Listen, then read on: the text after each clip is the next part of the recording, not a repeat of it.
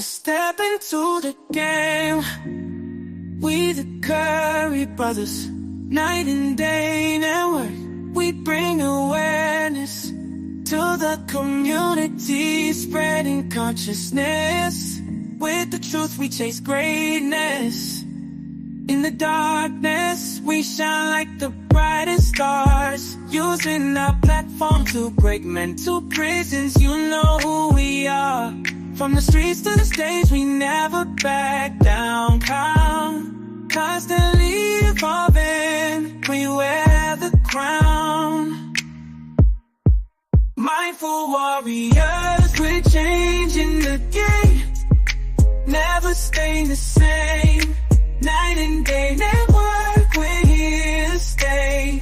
Bring awareness and consciousness every single. Don't be fooled by the internet. It's cool to get on the computer, but don't let the computer get on you. It's cool to use the computer, don't let the computer use you. You all saw The Matrix. There's a war going on, the battlefield's in the mind.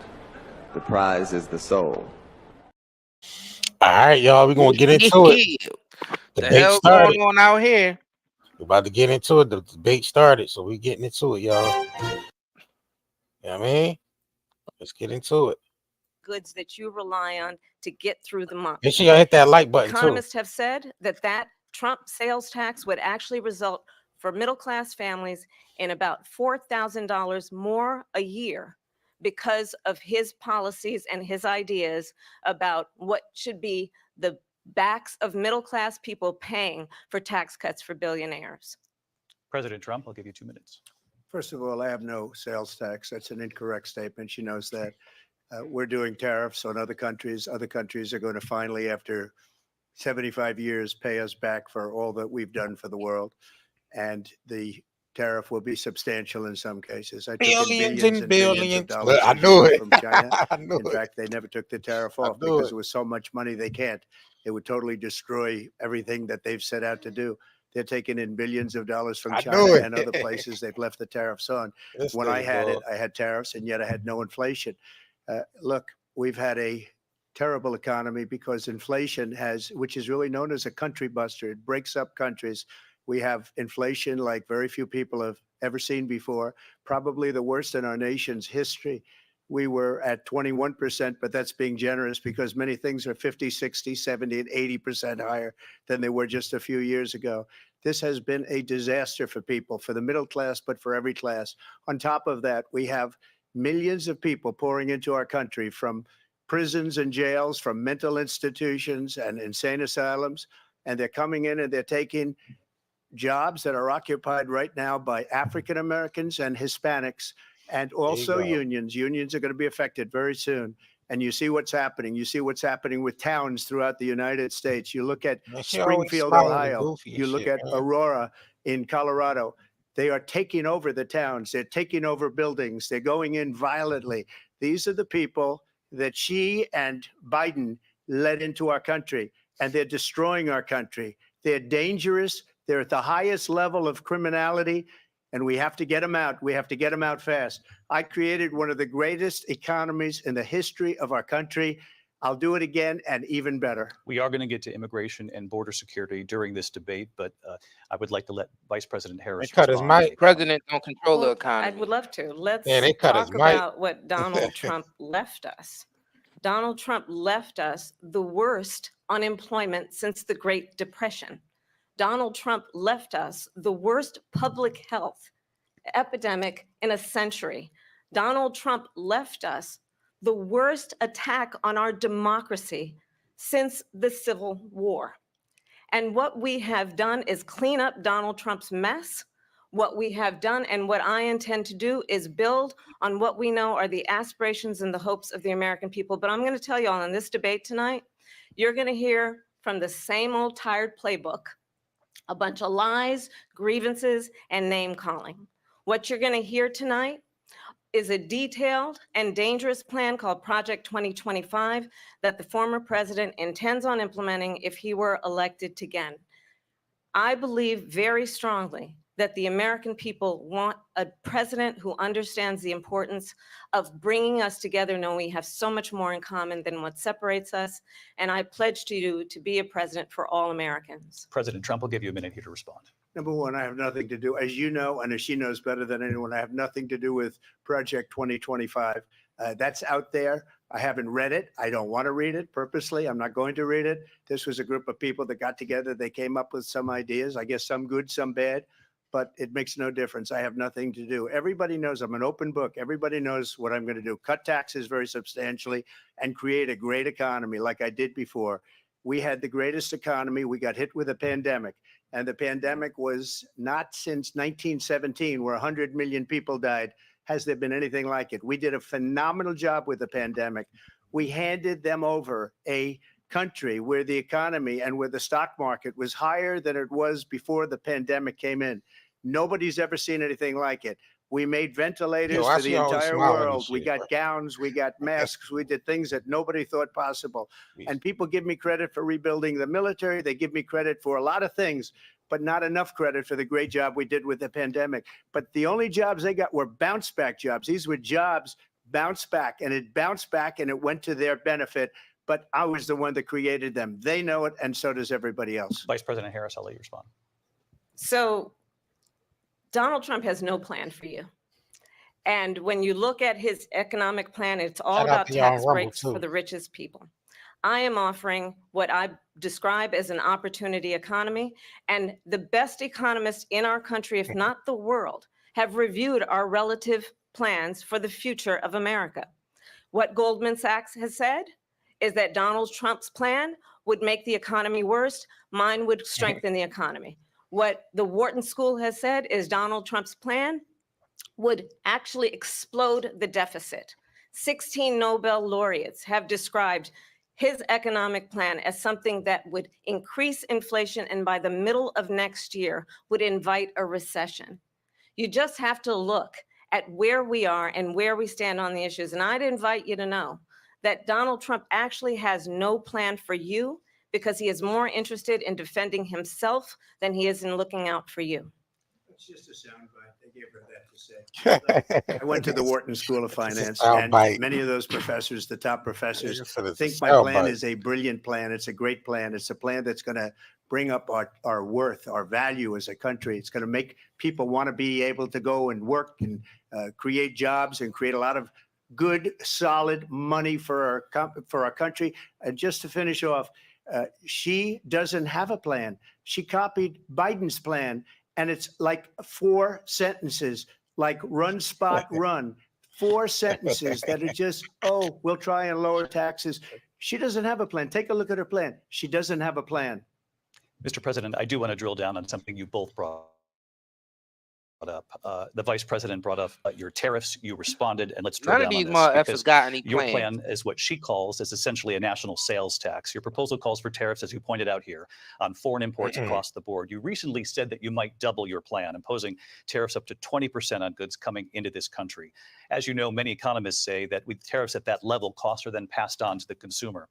Vice President Harris has argued it'll mean higher prices on gas, food, clothing, medication, arguing it costs the typical family nearly $4,000 a year. Do you believe Americans can afford higher prices because of tariffs? They're not going to have higher prices. What's going to have and who's going to have higher prices is China and all of the countries that have been ripping us off for years. I was the only president ever. China was paying us hundreds of billions of dollars, and so were other countries. And, you know, if she doesn't like them, they should have gone out and they should have immediately cut the tariffs. But those tariffs are there 3.5 years now under their administration. We are going to take in billions of dollars, hundreds of billions of dollars.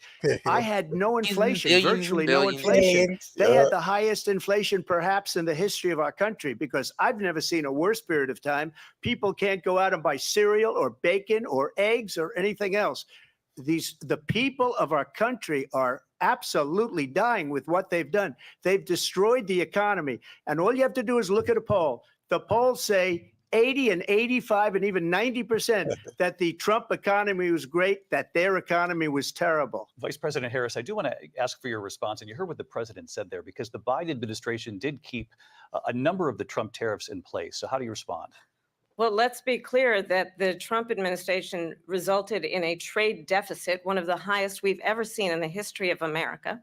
He invited trade wars. You want to talk about his deal with China? What he ended up doing is, under Donald Trump's presidency, he ended up selling American chips to China to help them improve and modernize their military, basically sold us out, when a policy about China should be in making sure the United States of America wins the competition for the 21st century, which means focusing on the details of what that requires, focusing on relationships with our allies, focusing on investing in American-based technology so that we win the race on AI, on quantum computing, focusing on what we need to do to support America's workforce so that we don't end up having on the short end of the stick in terms of workers' rights. But what Donald Trump did, let's talk about this, with COVID, is he actually thanked President Xi for what he did during COVID. Look at his tweet. Thank you, President Xi, exclamation point, when we know that Xi was responsible for lacking and not giving us transparency about the origins of COVID. President Trump, I'll let you respond. First of all, they bought their chips from Taiwan. We hardly make chips anymore because of philosophies like they have and policies like they have. I don't say her because she has no policy. Everything that she believed 3 years ago and 4 years ago is out the window. She's going to my philosophy now. In fact, I was going to send her a MAGA hat. She's gone to my philosophy. But if she ever got elected, she'd change it. And it will be the end of our country. She's a Marxist. Everybody knows she's a Marxist. Her father's a Marxist professor in economics, and he taught her well. But when you look at what she's done to our country, and when you look at these millions and millions of people that are pouring into our country monthly, where it's, I believe, 21 million people, not the 15 that people say, and I think it's a lot higher than the 21. That's bigger than New York State pouring in. And just look at what they're doing to our country. They're criminals. Many of these people coming in are criminals. And that's bad for our economy, too. You know, you mentioned before, we'll talk about immigration later. Well, bad immigration is the worst thing that can happen to our economy. They have, and she has, destroyed our country with policy that's insane. Almost policy that you'd say they have to hate our country. President Trump, thank you. Lindsay? I want to turn to the issue of abortion. President Trump, you've often touted that you were able to kill Roe v. Wade. Last year, you said that you were proud to be the most pro-life president in American history. Then last month, you said that your administration would be great for women and their reproductive rights. In your home state of Florida, you surprised many with regard to your 6-week abortion ban, because you initially had said that it was too short. And you said, quote, I'm going to be voting that we need more than 6 weeks. But then the very next day, you reversed course and said you would vote to support the 6-week ban. Vice President Harris says that women shouldn't trust you on the issue of abortion because you've changed your position so many times. Therefore, why should they trust you? Well, the reason I'm doing that vote is because the plan is, as you know, the vote is, they have abortion in the 9th month.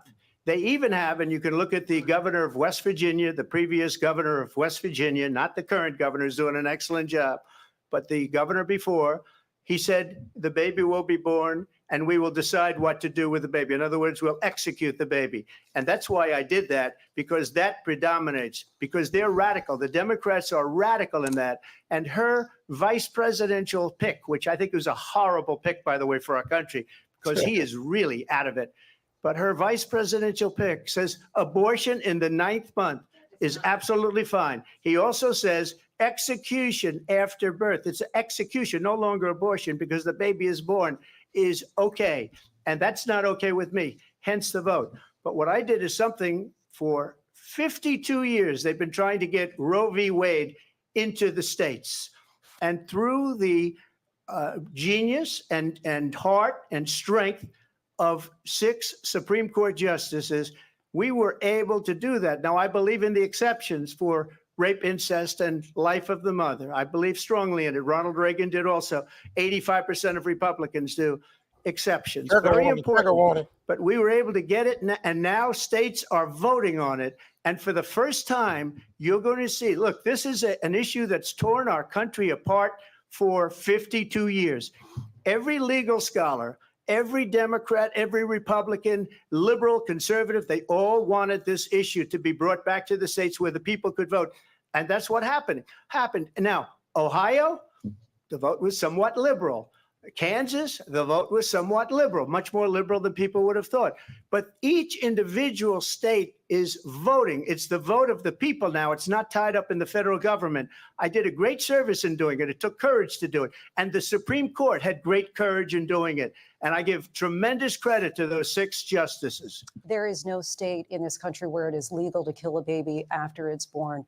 Madam Vice President, I want to get your response to President Trump. Well, as I said, you're going to hear a bunch of lies, and that's not actually a surprising fact. Let's understand how we got here. Donald Trump hand-selected 3 members of the United States Supreme Court with the intention that they would undo the protections of Roe v. Wade. And they did exactly as he intended. And now in over 20 states, there are Trump abortion bans, which make it criminal for a doctor or nurse to provide health care. In one state, it provides prison for life. Trump abortion bans that make no exception even for rape and incest, which understand what that means. A survivor of a crime or violation to their body does not have the right to make a decision about what happens to their body next. That is immoral. And one does not have to abandon their faith or deeply held beliefs to agree. The government, and Donald Trump certainly, should not be telling a woman what to do with her body. I have talked with women around our country. You want to talk about this is what people wanted? Pregnant women who want to carry a pregnancy to term, suffering from a miscarriage, being denied care in an emergency room because the healthcare providers are afraid they might go to jail, and she's bleeding out in a car in the parking lot. She didn't want that. Her husband didn't want that. A 12 or 13-year-old survivor of incest being forced to carry a pregnancy to term. They don't want that. And I pledge to you, when Congress passes a bill to put back in place the protections of Roe v. Wade, as President of the United States, I will proudly sign it into law. But understand, if Donald Trump were to be reelected, he will sign a national abortion ban. Understand, in his Project 2025, there would be a national abortion, a monitor that would be monitoring your pregnancies, your miscarriages. I think the American people believe that certain freedoms, in particular the freedom to make decisions about one's own body, should not be made by the government. Thank you, Vice President Harris. Well, there she goes again. Oh, that was a perfect example of why we shouldn't be forced to take a vaccine. No reason to sign a ban because we've gotten what everybody wanted. These government Democrats, talking about. Republicans, and everybody else, and every legal scholar wanted it to be brought back into the states. And the states are voting. And it may take a little time, but for 52 years, this issue has torn our country apart. And they've wanted it back in the states. And I did something that nobody thought was possible. The states are now voting.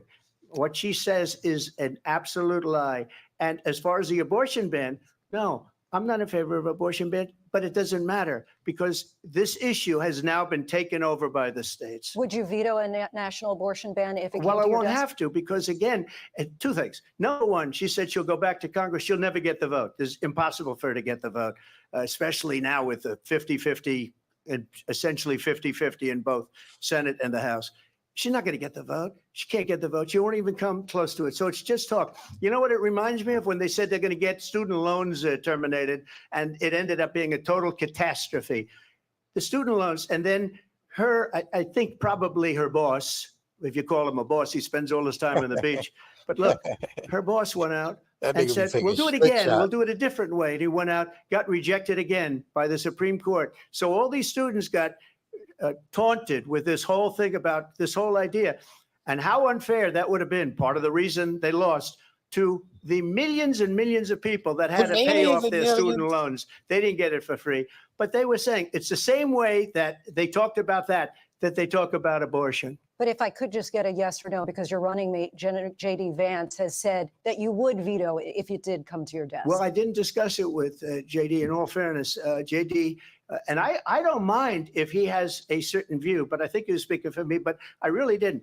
Look, we don't have to discuss it because she'd never be able to get it, just like she couldn't get student loans. They couldn't get student loans. They didn't even come close to getting student loans. They taunted young people and a lot of other people that had loans.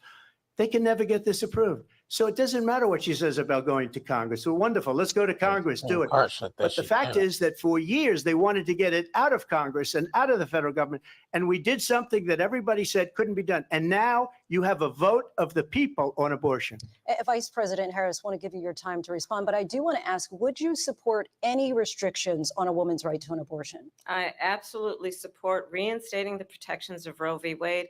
And as you rightly mentioned, nowhere in America is a woman carrying a pregnancy to term and asking for an abortion. That is not happening. It's insulting to the women of America. And understand what has been happening under Donald Trump's abortion bans. Couples who pray and dream of having a family are being denied IVF treatments. What is happening in our country? Working people, working women who are working 1 or 2 jobs, who can barely afford childcare as it is, have to travel to another state to get on a plane sitting next to strangers to go and get the health care she needs.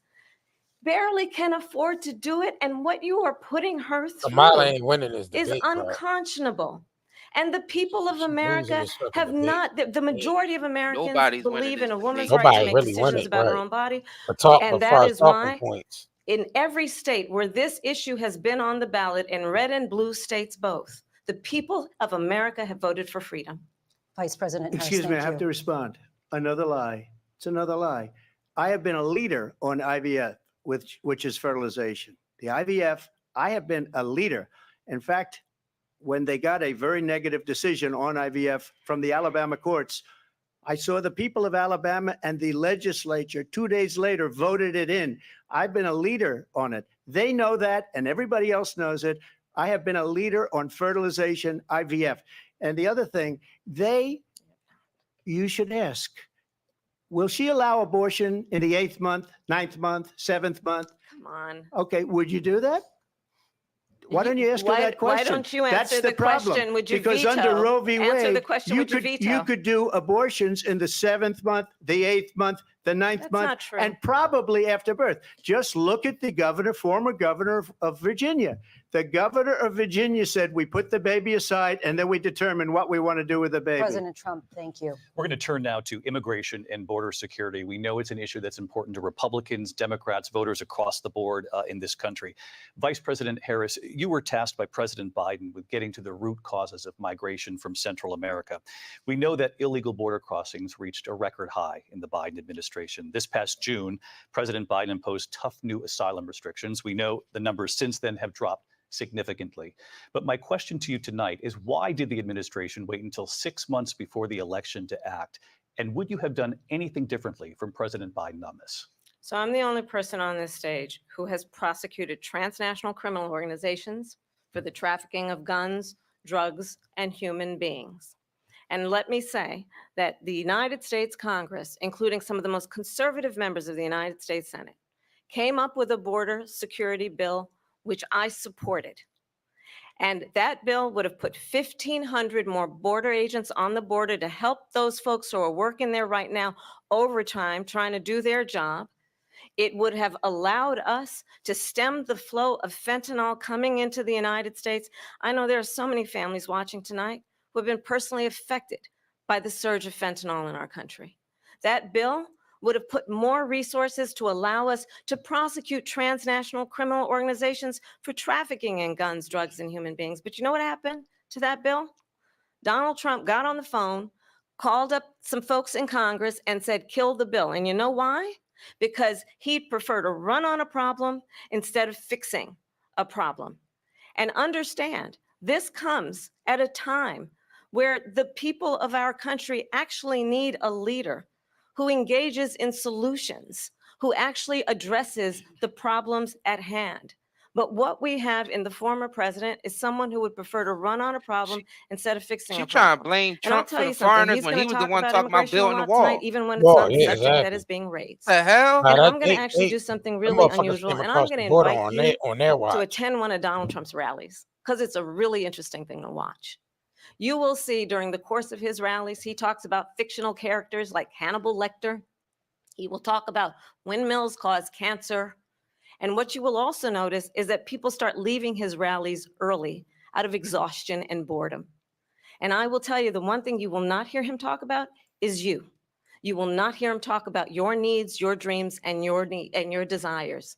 And I'll tell you, I believe you deserve a president who actually puts you first. And I pledge to you that I will. Vice President Harris, thank you. President Trump, on that point, I want to get your response. Well, I would like to respond. Let me just ask, though, why did you try to kill that bill, and successfully so? That would have put thousands of additional agents and officers on the border. First, let me respond as to the Please. rallies. She said people start leaving. People don't go to her rallies. There's no reason to go. And the people that do go, she's bussing them in and paying them to be there, and then showing them in a different light. So she can't talk about that. People don't leave my rallies. We have the biggest rallies, the most incredible rallies in the history of politics. That's because people want to take their country back. Our country is being lost. We're a failing nation. And it happened 3.5 years ago. And what's going on here, you're going to end up in World War III, just to go into another subject. What they have done to our country by allowing these millions and millions of people to come into our country, and look at what's happening to the towns all over the United States. And a lot of towns don't want to talk. It's not going to be Aurora or Springfield. A lot of towns don't want to talk about it because they're so embarrassed by it. In Springfield, they're eating the dogs, the people that came in. They're eating the cats. They're eating the pets of the people that live there. And this is what's happening in our country. And it's a shame. As far as rallies are concerned, as far as the reason they go is they like what I say. They want to bring our country back. They want to make America great again. It's a very simple phrase, make America great again. She's destroying this country. And if she becomes president, this country doesn't have a chance of success. Not only success, we'll end up being Venezuela on steroids. I just want to clarify here. You bring up Springfield, Ohio, and ABC News did reach out to the city manager there. He told us there have been no credible reports of specific claims of pets being harmed, injured, or abused by individuals within the immigrant community. Well, I've seen people on television. Let me just say here, this is the people on television say my dog was taken and used for food. So maybe he said that, and maybe that's a good thing to say for a city manager. I'm not taking this from but television. But the people on television saying their dog was eaten by the people that went there. Again, the Springfield city manager says there's no evidence of that. Vice President Harris, I'll let you respond to the rest of what you've heard. You talk about extreme. You go with that laugh. This is, I think, one of the reasons why in this election, I actually have the endorsement of 200 Republicans who have formerly worked with President Bush, Mitt Romney, and John McCain, including the endorsement of former Vice President Dick Cheney and Congress member Liz Cheney. And if you want to really know the inside track on who the former president is, if he didn't make it clear already, just ask people who have worked with him. His former chief of staff, a 4-star general, has said he has contempt for the Constitution of the United States. His former national security advisor has said he is dangerous and unfit. His former Secretary of Defense has said the nation, the republic, would never survive another Trump term.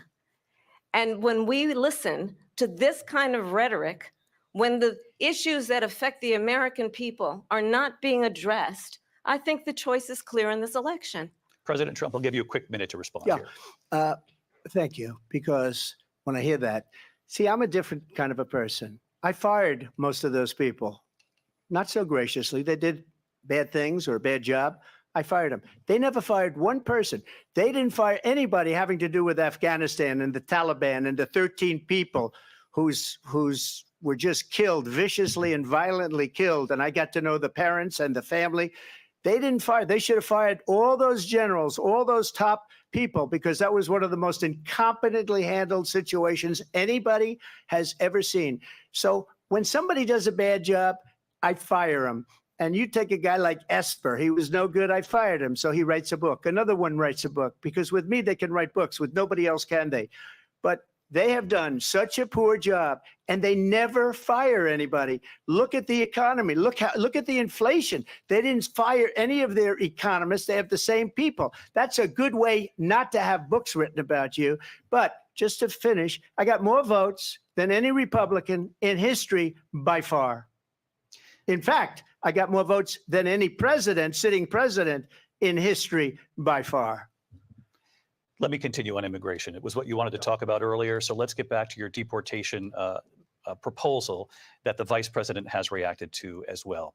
President Trump, you call this the largest domestic deportation operation in the history of our country. You say you would use the National Guard. You say if things get out of control, you'd have no problem using the U.S. military. Police, yes. You also said you would use local police. How would you deport 11 million undocumented immigrants? I know you believe that number is much higher. Take us through this. What does this look like? Will authorities be going door to door in this country? Yeah, it is much higher because of them. They allowed criminals, many millions of criminals. They allowed terrorists. They allowed common street criminals. They allowed people to come in, drug dealers, to come into our country. And they're now in the United States and told by their countries like Venezuela, don't ever come back or we're going to kill you. Do you know that crime in Venezuela and crime in countries all over the world is way down? You know why? Because they've taken their criminals off the street and they've given them to her to put into our country. And this will be one of the greatest mistakes in history for them to allow.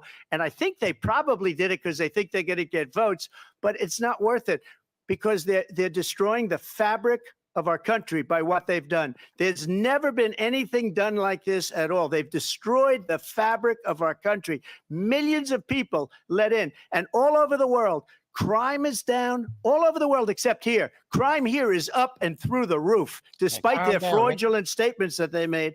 Crime in this country is through the roof. And we have a new form of crime. It's called migrant crime. And it's happening at levels that nobody thought possible. President Trump, as you know, the FBI says overall violent crime is actually coming down in this country. But excuse me, the FBI they were defrauding statements. They didn't include the worst cities. They didn't include the cities with the worst crime. It was a fraud, just like their number of 818,000 jobs that they said they created turned out to be a fraud. President Trump, thank you. I'll let you respond, Vice President Harris. Well, I think this is so rich coming from someone who has been prosecuted for national security crimes, economic crimes, election interference, has been found liable for sexual assault, and his next big court appearance is in November at his own criminal sentencing. And let's be clear, where each person stands on the issue of what is important about respect for the rule of law and respect for law enforcement. The former vice president called for defunding federal law enforcement, 45,000 agents, get this, on the day after he was arraigned on 34 felony counts. So let's talk about what is important in this race. It is important that we move forward, that we turn the page on this same old tired rhetoric and address the needs of the American people, address what we need to do about the housing shortage, which I have a plan for, address what we must do to support our small businesses, address bringing down the price of groceries. But frankly, the American people are exhausted with this same old tired playbook. Vice President Harris, thank you. Excuse me. Every one of those cases was started by them against their political opponent. And I'm winning most of them, and I will win the rest on appeal. And you saw that with the decision that came down just recently from the Supreme Court. I'm winning most of them. But those are cases, it's called weaponization. Never happened in this country. They weaponized the Justice Department. Every one of those cases was involved with the DOJ, from Atlanta and Fani Willis to the Attorney General of New York and the DA in New York. Every one of those cases. And then they say, oh, he's a criminal. They're the ones that made them go after me. By the way, Joe Biden was found essentially guilty on the documents case. And what happened in my documents case? They said, oh, that's the toughest of them all. A complete and total victory. 2 months ago, it was thrown out. It's weaponization, and they used it, and it's never happened in this country. They used it to try and win an election. They're fake cases. President Trump, thank you. A really quick response here, Vice President Harris, on this notion of weaponization of the Justice Department. Well, let's talk about extreme and understand the context in which this election in 2024 is taking place. The United States Supreme Court recently ruled that the former president would essentially be immune from any misconduct if he were to enter the White House again. Understand, this is someone who has openly said he would terminate, I'm quoting, terminate the Constitution of the United States, that he would weaponize the Department of Justice against his political enemies. Someone who has openly expressed disdain for members of our military. Understand what it would mean if Donald Trump were back in the White House with no guardrails, because certainly we know now the court won't stop him. We know J.D. Vance is not going to stop him. It's up to the American people. Vice President Harris, thank you. Lindsay? Vice President Harris, in your last run for president. This is the one that weaponized, not me. She weaponized. I probably took a bullet to the head because of the things that they say about me. They talk about democracy. I'm a threat to democracy. They're the threat to democracy with a fake Russia investigation that went nowhere. We have a lot to get to. Lindsay? Vice President Harris, in your last run for president, you said you wanted to ban fracking. Now you don't. You wanted mandatory government buyback programs for assault weapons. Now your campaign says you don't. You supported decriminalizing border crossings. Now you're taking a harder line. I know you say that your values have not changed. So then why have so many of your policy positions changed? So my values have not changed, and I'm going to discuss every one of the, at least every point that you've made. But in particular, let's talk about fracking because we're here in Pennsylvania. I made that very clear in 2020. I will not ban fracking. I have not banned fracking as Vice President of the United States. And in fact, I was the tie-breaking vote on the Inflation Reduction Act, which opened new leases for fracking. My position is that we have got to invest in diverse sources of energy so we reduce our reliance on foreign oil. We have had the largest increase in domestic oil production in history because of an approach that recognizes that we cannot over-rely on foreign oil. As it relates to my values, let me tell you, I grew up a middle-class kid raised by a hardworking mother who worked and saved and was able to buy our first home when I was a teenager. The values I bring to the importance of home ownership, knowing not everybody got handed $400 million on a silver platter and then filed bankruptcy 6 times, is a value that I bring to my work to say we are going to work with the private sector and home builders to increase 3 million homes, increase by 3 million homes by the end of my first term. My work that is related to having a friend when I was in high school who was sexually assaulted by her stepfather. And my focus then on protecting women and children from violent crime is based on a value that is deeply grounded in the importance of standing up for those who are most vulnerable. My work that is about protecting Social Security and Medicare is based on longstanding work that I have done, protecting seniors from scams.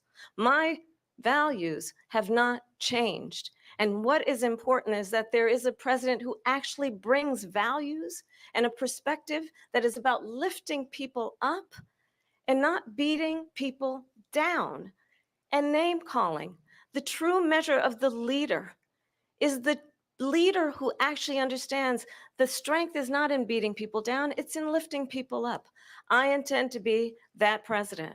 President Trump, your response? First of all, I wasn't given $400 million. I wish I was. My father was a Brooklyn builder, Brooklyn, Queens, and a great father, and I learned a lot from him. But I was given a fraction of that, a tiny fraction, and I built it into many, many billions of dollars, many, many billions. And when people see it, they are even surprised. So we don't have to talk about that. Fracking, she's been against it for 12 years. Defund the police, she's been against that forever. She gave all that stuff up very wrongly, very horribly, and everybody's laughing at it, okay? They're all laughing at it. She gave up at least 12 and probably 14 or 15 different policies. Like, she was big on defund the police. In Minnesota, she went out, wait a minute, I'm talking now, if you don't mind, please. Does that sound familiar? She went out in Minnesota and wanted to let criminals that killed people, that burned down Minneapolis, she went out and raised money to get them out of jail. She did things that nobody would ever think of. Now she wants to do transgender operations on illegal aliens that are in prison. This is a radical left liberal that would do this. She wants to confiscate your guns, and she will never allow fracking in Pennsylvania. If she won the election, fracking in Pennsylvania will end on day one. Just to finish, one thing so important in my opinion. So I got the oil business going like nobody has ever done before. When they took over, they got rid of it, started getting rid of it, and the prices were going up the roof. They immediately let these guys go to where they were. I would have been 5 times, 4 times, 5 times higher, because you're talking about 3.5 years ago. They got it up to where I was because they had no choice, because the prices of energy were quadrupling and doubling. You saw what happened to gasoline. So they said, let's go back to Trump. But if she won the election, the day after that election, they'll go back to destroying our country, and oil will be dead. Fossil fuel will be dead. We'll go back to windmills, and we'll go back to solar, where they need a whole desert to get some energy to come out. You ever see a solar plant? By the way, I'm a big fan of solar, but they take 400, 500 acres of desert President soil. Trump, we have a These lot are of not good issues things that we for the have to get to. environment that We're she out of time. understands. Thank you. Lindsay, thank you. We have an election in just 56 days. And I want to talk about the peaceful transfer of power, which, of course, we all know is a cornerstone of our democracy, and the role of a president in a moment of crisis. Mr. President, on January 6th, you told your supporters to march to the Capitol. You said you would be right there with them. The country and the world saw what played out at the Capitol that day, the officers coming under attack. Aides in the West Wing say you watched it unfold on television off the Oval Office. You did send out tweets, but it was more than 2 hours before you sent out that video message telling your supporters to go home. Is there anything you regret about what you did on that day? You just said a thing that isn't covered. Peacefully and patriotically, I said during my speech, not later on. Peacefully and patriotically. And nobody on the other side was killed. Ashley Babbitt was shot by an out-of-control police officer that should have never, ever shot her. It's a disgrace. But we didn't do this group of people that have been treated so badly.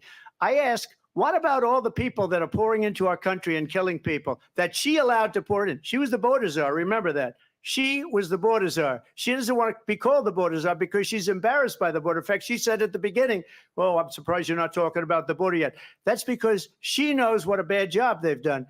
What about those people? What are they going to be prosecuted? When are these people from countries all over the world, not just South America? They're coming in from all over the world, David, all over the world. And crime rates are down all over the world because of it. But let me just ask you, David, when are those people going to be prosecuted? When are the people that burned down Minneapolis going to be prosecuted? Or in Seattle? They went into Seattle. They took over a big percentage of the city of Seattle. When are those people going to be prosecuted? But let me just ask you. You might ask her that question. You were the president. You were watching it unfold on television. It's a very simple question as we move forward toward another election. Is there anything you regret about what you did on that day? Yes or no? I had nothing to do with that other than they asked me to make a speech. I showed up for a speech. I said, I think it's going to be big. I went to Nancy Pelosi and the mayor of Washington, D.C., and the mayor put it back in writing, as you know. I said, you know, this is going to be a very big rally or whatever you want to call it. And again, it wasn't done by me. It was done by others. I said, I'd like to give you 10,000 National Guard or soldiers. They rejected me. Nancy Pelosi rejected me. It was just 2 weeks ago. Her daughter has a tape of her saying she is fully responsible for what happened. They want to get rid of that tape. It would have never happened if Nancy Pelosi and the mayor of Washington did their jobs. I wasn't responsible for security. Nancy Pelosi was responsible. She didn't do her job. The question was about you as president, not about former Speaker Pelosi, but I do want Vice President Harris to respond here. I was at the Capitol on January 6th.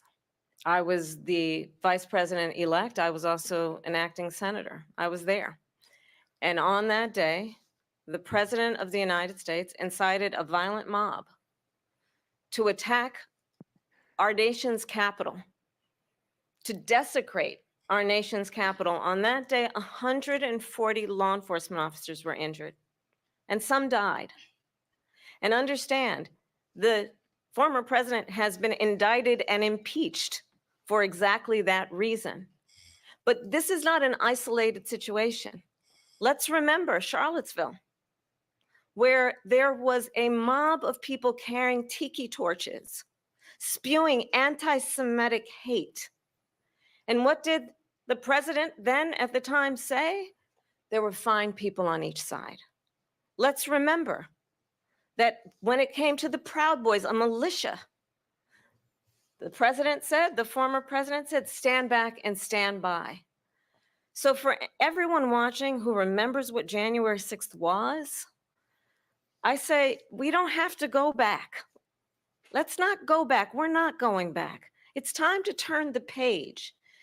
And if that was a bridge too far for you, well, there is a place in our campaign for you to stand for country, to stand for our democracy, to stand for rule of law, and to end the chaos, and to end the approach that is about attacking the foundations of our democracy because you don't like the outcome. And be clear on that point.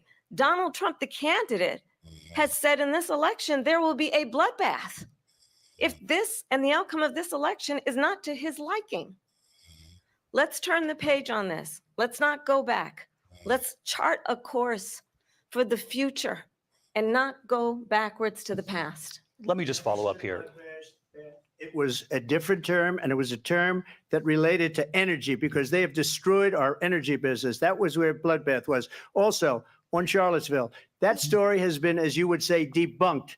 Laura Ingraham, Sean Hannity, Jesse, all of these people, they covered it. If they go an extra sentence, they will see it was perfect. It was debunked in almost every newspaper, but they still bring it up, just like they bring 2025 up. They bring all of this stuff up. I ask you this, you talk about the Capitol. Why are we allowing these millions of people to come through on the southern border? How come she's not doing anything? And I'll tell you what I would do, and I would be very proud to do it. I would say we would both leave this debate right now. I'd like to see her go down to Washington, D.C. during this debate because we're wasting a lot of time. Go down to, because she's been so bad, it's so ridiculous.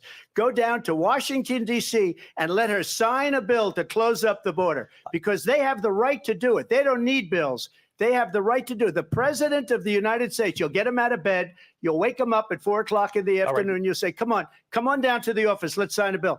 If he signs a bill that the border is closed, all he has to do is say it to the Border Patrol, who are phenomenal. If they do that, the border is closed. Mr. Those President, people are killing many people, unlike J6. We talked immigration here tonight. I do want to focus on this next issue to both of you because it really brings us this into focus, truth in these times that we're living in. Mr. President, for 3.5 years after you lost the 2020 election, you repeatedly falsely claimed that you won, many times saying you won in a landslide. In the past couple of weeks leading up to this debate, you have said, quote, you lost by a whisker, that you, quote, didn't quite make it, that you came up a little bit short. I said that? Are you now acknowledging that you lost in 2020? No, I don't acknowledge that at all. But I you said did that say sarcastically. That. You know that. It was said, oh, we lost by a whisker. That was said sarcastically. Look, there's so much proof. All you have to do is look at it. And they should have sent it back to the legislatures for approval.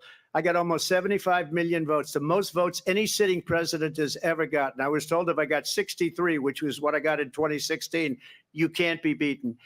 The election, people should never be thinking about an election as fraudulent. We need two things. We need walls, and we have to have it. We have to have borders, and we have to have good elections. Our elections are bad. And a lot of these illegal immigrants coming in, they're trying to get them to vote. They can't even speak English. They don't even know what country they're in practically. And these people are trying to get them to vote. And that's why they're allowing them to come into our country. I did watch all of these pieces of video.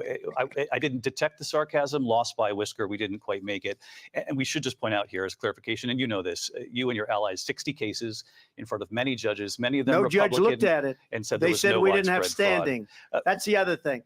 They said we didn't have standing, a technicality. Can you imagine a system where a person in an election doesn't have standing? The president of the United States doesn't have standing. That's how we lost. If you look at the facts, and I'd love to have you'll do a special on it. I'll show you Georgia, and I'll show you Wisconsin, and I'll show you Pennsylvania, and I'll show you. We have so many facts and statistics, but you know what? That doesn't matter, because we have to solve the problem that we have right now. That's old news. And the problem that we have right now is we have a nation in decline, and they have put it into decline. We have a nation that is dying, David. Mr. President, thank you. Vice President Harris, you heard the president there tonight. He said he didn't say that he lost by whiskers. So he still believes he did not lose the election that was won by President Biden and yourself. But I do want to ask you about something that's come up in the last couple of days. This was a post from President Trump about this upcoming election just weeks away. He said, when I win, those people who cheated, and then he lists donors, voters, election officials, he says will be prosecuted to the fullest extent of the law, which will include long-term prison sentences. One of your campaign's top lawyers responded saying, we won't let Donald Trump intimidate us. We won't let him suppress the vote. Is that what you believe he's trying to do here? Donald Trump was fired by 81 million people. So let's be clear about that. And clearly he is having a very difficult time processing that. But we cannot afford to have a president of the United States who attempts, as he did in the past, to upend the will of the voters in a free and fair election. And I'm going to tell you that I have traveled the world as Vice President of the United States, and world leaders are laughing at Donald Trump. I have talked with military leaders, some of whom worked with you. Man, they laughing at America, period. And when you then talk in this way in a presidential debate and deny what over and over again are court cases you have lost because you did in fact lose that election, it leads one to believe that perhaps we do not have in the candidate to my right the temperament or the ability to not be confused about fact. That's deeply troubling, and the American people deserve better. I'll give you 1 minute to respond, Mr. President. Let me just say about world leaders. Viktor Orban, one of the most respected men, they call him a strong man. He's a tough person, smart, Prime Minister of Hungary. They said, why is the whole world blowing up? 3 years ago, it wasn't. Why is it blowing up? He said, because you need Trump back as president. They were afraid of him. China was afraid, and I don't like to use the word afraid, but I'm just quoting him. China was afraid of him. North Korea was afraid of him. Look at what's going on with North Korea, by the way. He said Russia was afraid of him. I ended the Nord Stream 2 pipeline, and Biden put it back on day one, but he ended the XL pipeline. The XL pipeline in our country, he ended that, but he let the Russians build a pipeline going all over Europe and heading into Germany, the biggest pipeline in the world. Look, Viktor Orban said it. He said the most respected, most feared person is Donald Trump. We had no problems when Trump was president, but when this weak, pathetic man that you saw at a debate just a few months ago, that if he weren't in that debate, he'd be running instead of her. He got no votes. He got 14 million votes. What you did, you talk about a threat to democracy. He got 14 million votes, and they threw him out of office. And you know what? I'll give you a little secret. He hates her. He can't stand her. But he got 14 million votes. They threw him out. She got 0 votes. And when she ran, she was the first one to leave because she failed. And now she's running. I don't understand it, but I'm okay with it because your time is up. I think we're going to do very well. We've got a lot more to get to. Turning now to the Israel-Hamas war and the hostages. Just getting here. Make sure y'all smash that like button. Vice President Harris, in December, you said, quote, Israel has a right to defend itself, but you added, quote, it matters how, saying international humanitarian law must be respected. Israel must do more to protect innocent civilians. You said that 9 months ago. Now an estimated 40,000 Palestinians are dead. Nearly 100 hostages remain. Just last week, Prime Minister Benjamin Netanyahu said there's not a deal in the making. President Biden has not been able to break through the stalemate. How would you do it? Well, let's understand how we got here. On October 7, Hamas, a terrorist organization, slaughtered 1,200 Israelis. Many of them young people who were simply attending a concert. Women were horribly raped. And so absolutely, I said then, I say now. Trigger warning, Israel trigger warning. Has a right to defend itself. We would. And how it does so matters.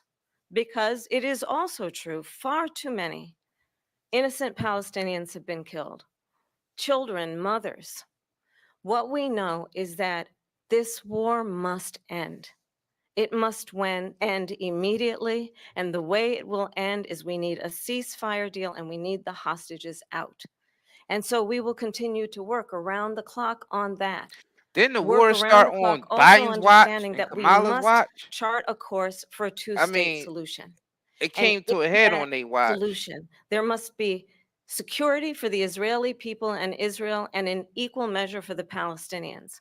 But the one thing I will assure you always, I will always give Israel the ability to defend itself, in particular as it relates to Iran and any threat that Iran and its proxies pose to Israel. But we must have a two-state solution where we can rebuild Gaza, where the Palestinians have security, self-determination, and the dignity they so rightly deserve. President Trump, how would you negotiate with Netanyahu and also Hamas in order to get the hostages out and prevent the killing of more innocent civilians in Gaza? If I were president, it would have never started. If I were president, Russia would have never, ever, I know Putin very well, he would have never, and there was no threat of it either, by the way, for 4 years, have gone into Ukraine and killed millions of people when you add it up, far worse than people understand what's going on over there. But when she mentions about Israel, all of a sudden, she hates Israel. She wouldn't even meet with Netanyahu when he went to Congress to make a very important speech. She refused to be there because she was at a sorority party of hers. She wanted to go to the sorority party. She hates Israel. If she's president, I believe that Israel will not exist within 2 years from now. And I've been pretty good at predictions, and I hope I'm wrong about that one. She hates Israel. At the same time, in her own way, she hates the Arab population because the whole place is going to get blown up. Arabs, Jewish people, Israel will be gone. It would have never happened. Iran was broke under Donald Trump. Now Iran has $300 billion because they took off all the sanctions that I had. Iran had no money for Hamas or Hezbollah or any of the 28 different spheres of terror, and they are spheres of terror, horrible terror. They had no money. It was a big story, and you know it. You covered it very well, actually. They had no money for terror. They were broke. Now they're a rich nation, and now what they're doing is they're spreading that money around. Look at what's happening with the Houthis and Yemen. Look at what's going on in the Middle East. This would have never happened. I will get that settled and fast, and I'll get the war with Ukraine and Russia ended. If I'm president-elect, I'll get it done before even becoming president. Vice President Harris, he says you hate Israel. That's absolutely not true. I have my entire career and life supported Israel and the Israeli people. He knows that. He's trying to, again, divide and distract from the reality, which is it is very well known that Donald Trump is weak and wrong on national security and foreign policy. It is well known that he admires dictators, wants to be a dictator on day one, according to himself. It is well known that he said of Putin that he can do whatever the hell he wants and go into Ukraine. It is well known that he said when Russia went into Ukraine, it was brilliant. It is well known he exchanged love letters with Kim Jong-un. And it is absolutely well known that these dictators and autocrats are rooting for you to be president again because they're so clear they can manipulate you with flattery and favors. And that is why so many military leaders who you have worked with have told me you are a disgrace. That is why we understand that we have to have a president who is not consistently weak and wrong on national security, including the importance of upholding and respecting in highest regard our military. Vice President Harris, thank you. They're the ones, and she's the one that caused it, that's weak on national security by allowing every nation last month for the year, 168 different countries sending people into our country. Their crime rates are way down. Putin endorsed her last week, said, I hope she wins. And I think he meant it. because what he's gotten away with is absolutely incredible. It wouldn't have happened with me. The leaders of other countries think that they're weak and incompetent, and they are. They're grossly incompetent. And I just ask one question. That's true. Why does Biden go in and kill the Keystone Pipeline and approve the single biggest deal that Russia's ever made, Nord Stream 2, the biggest pipeline anywhere in the world going to Germany and all over Europe? Because they're weak and America they're is a ineffective. joke to the world and right Biden, now. by the way, President gets paid Trump, a lot of money. Thank you. We have a lot of issues to get to. We'll be right back with much more of this historic ABC News presidential debate from the National Constitution Center right here in Philadelphia. Back in a moment. Could I hit him with this real quick? I gotta hit him with this. That's right. The concept of bread in circuses was first coined by the Roman poet Juvenal. This PBS News presentation is made possible by Consumer. He criticized the Roman government for pacifying the masses by providing them with free bread and elaborate entertainment in the form of chariot races, gladiator games, and other public events like circuses. These measures were seen as a way to distract the masses, diverting their attention from real political and social issues that mattered. Today we continue that tradition of bread and circuses, but instead of bread, it's Doritos and hot dogs.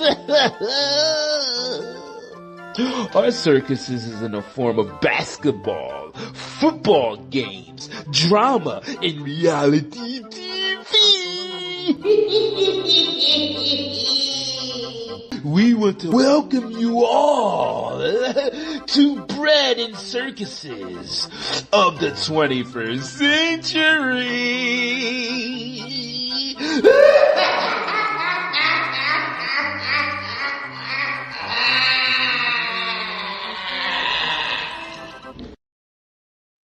Clown show. This is Sam. How may I help you? It's a clown show. To negotiate now with people who really want. That's exactly what that shit is. That debate was a clown show. All they do is talk, and no action is taken, and no matter who's in office. Because they ain't really running shit. If y'all niggas still think these presidents is running something, y'all got another thing coming. Y'all definitely, niggas is slow. If you still think those presidents is running this stuff, then you slow. First of all, these presidents do not control the economy. Let's get that shit out of the way. Corporations and banks control this economy, not presidents. Let's be real. The ones with the dough is controlling the United States. The pharmaceutical companies control the United States. You know what I mean? All the top corporations and the banks. Let's be real. That's who's controlling this shit. They come in there to manage that. They don't get, none of these candidates give a F about American citizens. All they care about is keeping their investors happy. And they create this whole show for us. Y'all niggas could keep believing this bullshit if y'all want. It's a clown show. It's really a clown. I don't trust any of them for standing up there. Because shit was happening on both of their watches, and they don't really have no real power. They don't have no real power. Motherfuckers in Congress and all that, they old as hell. A lot of them is old as hell. You know what I mean? And completely detached from reality. Because they've been living good off of tax dollars. It's been American citizens that's been, you know what I mean, lives has been declining. Our life had been declining, and they've been living comfortable. So they completely detached from reality of the average American citizen. All the motherfuckers standing on that stage are damn near millionaires and billionaires. From the motherfuckers asking the questions to the motherfuckers answering the questions, they're completely detached from the average day-to-day person.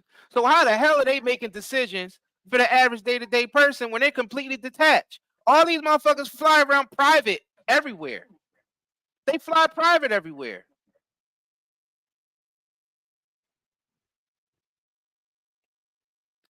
Why do y'all notice that it don't matter who's in there, you don't see any real change? decades, centuries. It's never no real change.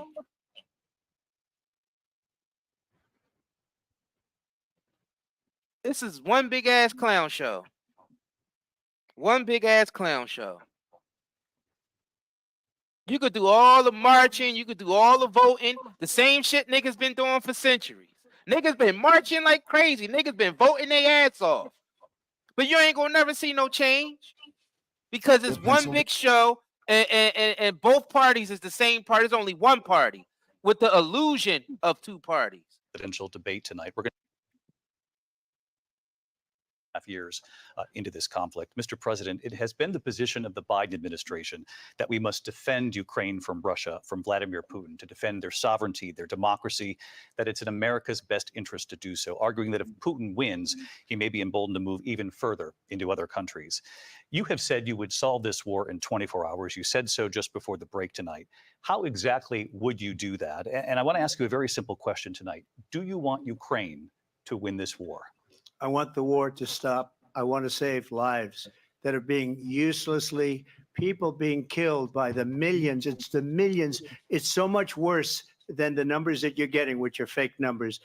Look, we're in for 250 billion or more because they don't ask Europe, which is a much bigger beneficiary to getting this thing done than we are. They're in for $150 billion less because Biden and you don't have the courage to ask Europe like I did with NATO. They paid billions and billions, hundreds of billions of dollars when I said, either you pay up or we're not going to protect you anymore. So that's maybe one of the reasons they don't like me as much as they like weak people.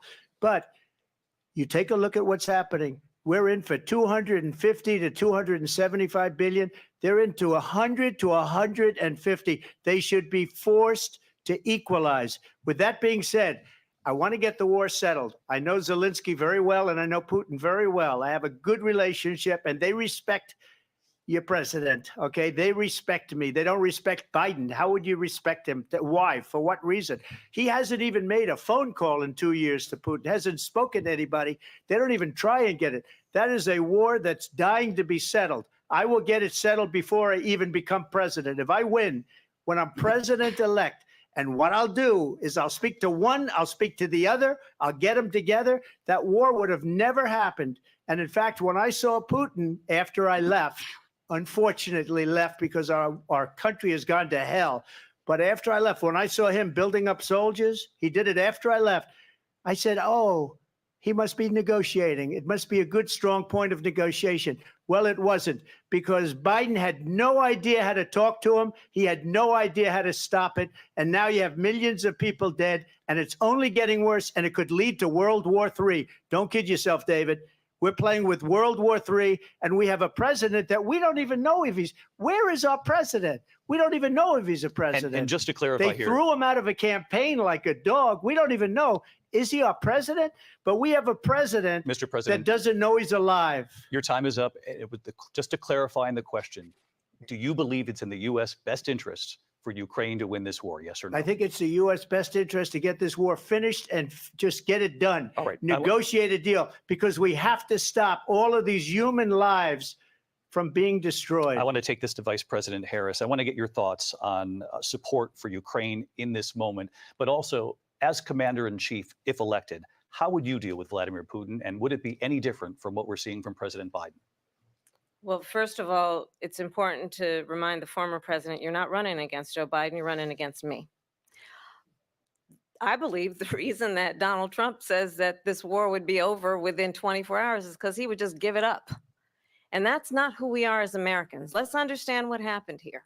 I actually met with Zelensky a few days before Russia invaded, tried through force to change territorial boundaries, to defy one of the most important international rules and norms, which is the importance of sovereignty and territorial integrity. And I met with President Zelensky. I shared with him American intelligence about how he could defend himself. Days later, I went to NATO's eastern flank, to Poland and Romania. And through the work that I and others did, we brought 50 countries together to support Ukraine in its righteous defense. And because of our support, because of the air defense, the ammunition, the artillery, the javelins, the Abrams tanks that we have provided. Ukraine stands as an independent and free country. If Donald Trump were president, Putin would be sitting in Kyiv right now. And understand what that would mean, because Putin's agenda is not just about Ukraine. Understand why the European allies and our NATO allies are so thankful that you are no longer president, and that we understand the importance of the greatest military alliance the world has ever known, which is NATO, and what we have done to preserve the ability of Zelensky and the Ukrainians to fight for their independence.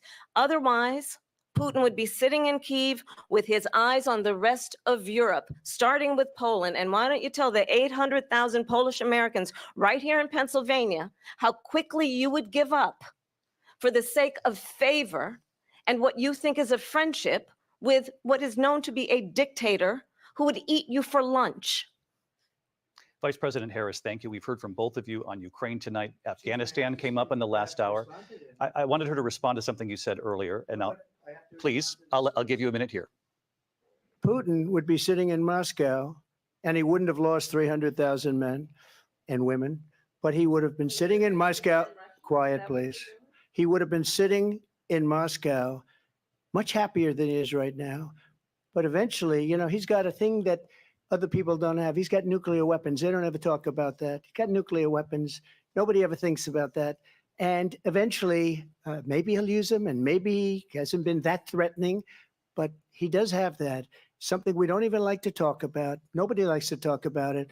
But just so you understand, they sent her to negotiate peace before this war started. 3 days later, he went in and he started the war because everything they said was weak and stupid. They said the wrong things. That war should have never started. She was the emissary. They sent her in to negotiate with Zelensky and Putin, and she did. And the war started 3 days later. And that's the kind of talent we have with her. She's worse than Biden. In my opinion, I think he's the worst president in the history of our country. She goes down as the worst vice president in the history of our country. But let me tell you something. She is a horrible negotiator. They sent her in to negotiate. As soon as they left, Putin did the invasion. President Trump, thank you. You did bring up something. You said she went to negotiate with Vladimir Putin. Vice President Harris, have you ever met Vladimir Putin? Can you clarify tonight? Yet again, I said it at the beginning of this debate, you're going to hear a bunch of lies coming from this fellow. And that is another one. When I went to meet with President Zelensky, I've now met with him over 5 times. The reality is it has been about standing as America always should, as a leader upholding international rules and norms, as a leader who shows strength, understanding that the alliances we have around the world are dependent on our ability to look out for our friends and not favor our enemies because you adore strongmen instead of caring about democracy. And that is very much what is at stake here. The President of the United States is commander-in-chief. And the American people have a right to rely on a president who understands the significance of America's role and responsibility in terms of ensuring that there is stability and ensuring we stand up for our principles and not sell them for the benefit of personal flattery. We've talked about Ukraine and Vladimir Putin. I do want to talk about Afghanistan. It came up in the first hour of this debate.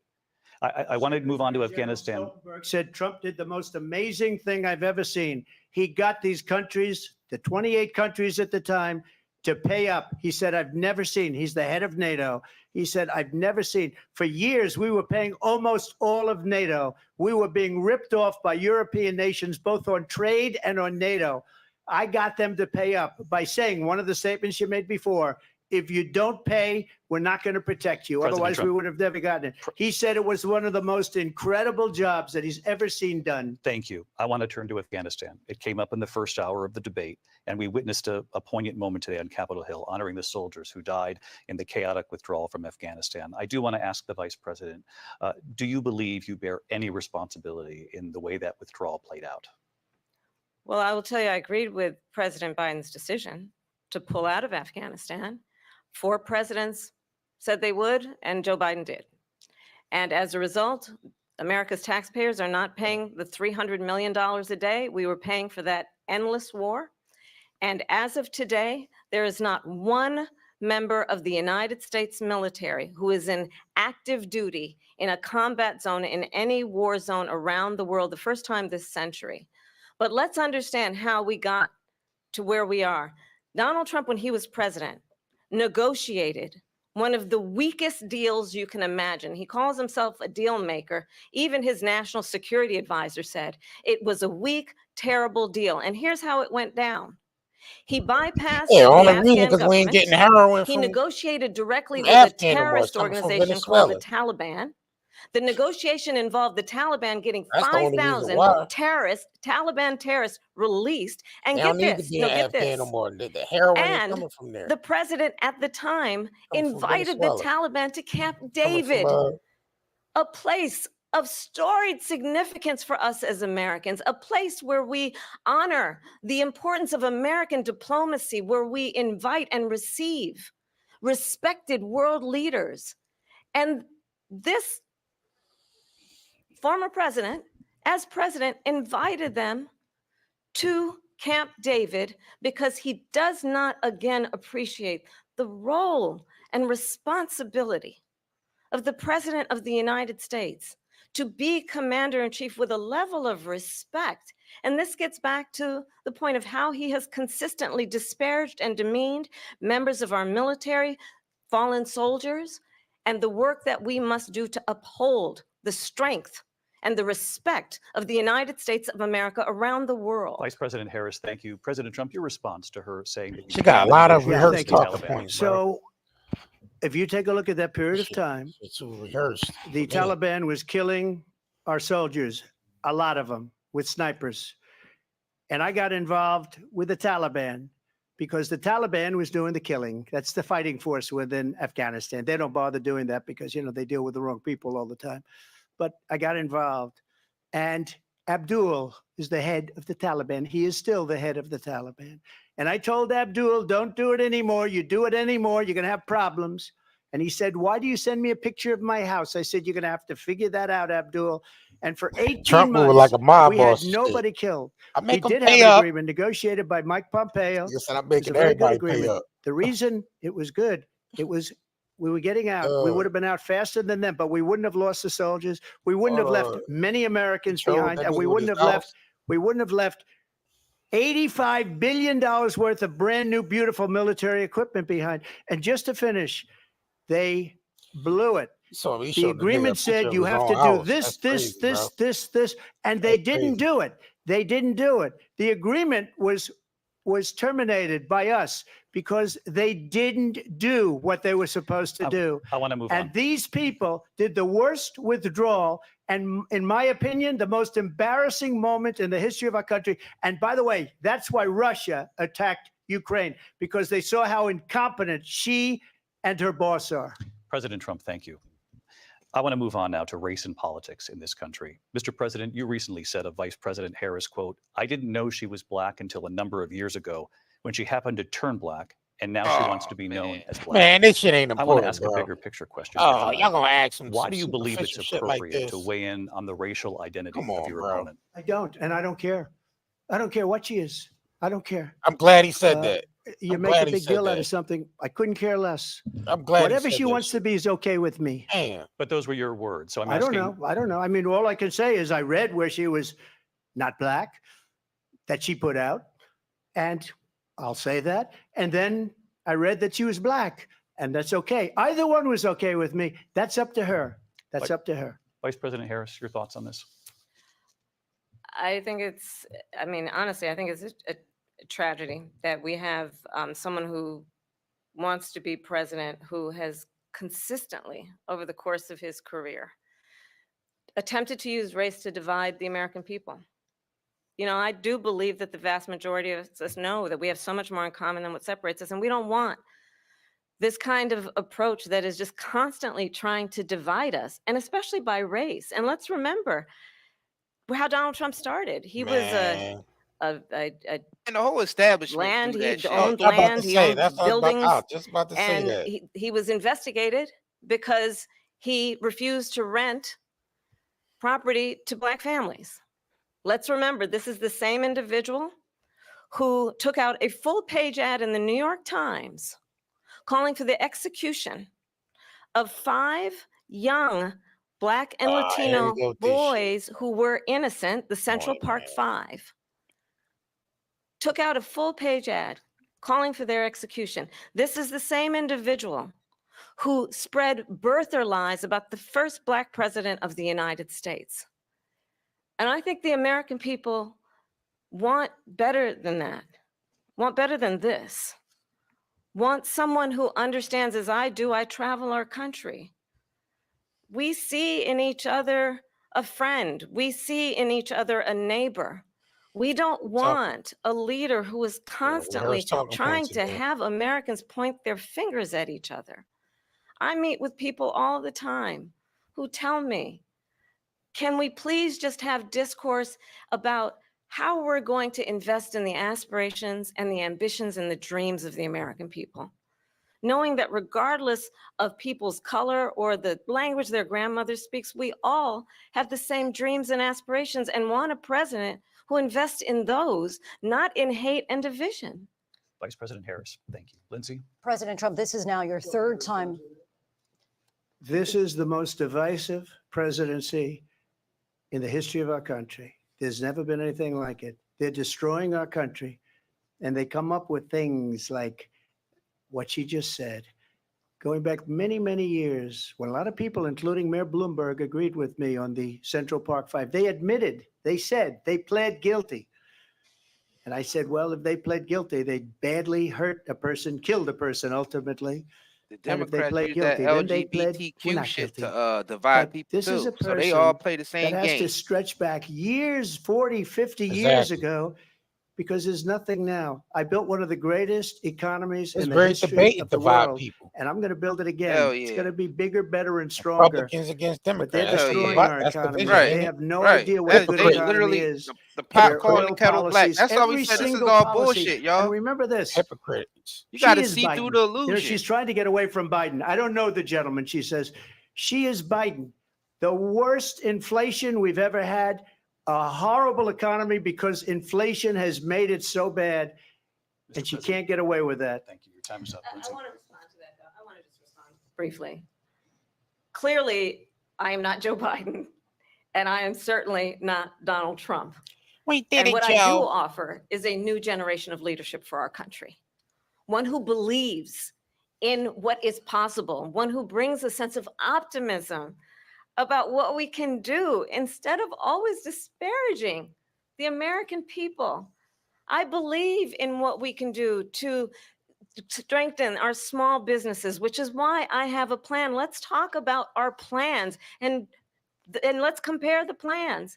I have a plan to give startup businesses $50,000 tax deduction. That's not your plan, to pursue their ambitions, their innovation, their ideas, their hard work. I have a plan, $6,000 for young families for the first year of your child's life to help you in that most critical stage of your child's development. I have a plan that is about Where's that money allowing coming from? people to be able to pursue what has been fleeting in terms of the American dream by They're going to borrow some more from China. They're going to borrow some more from China. $25,000 down payment assistance for first-time home buyers.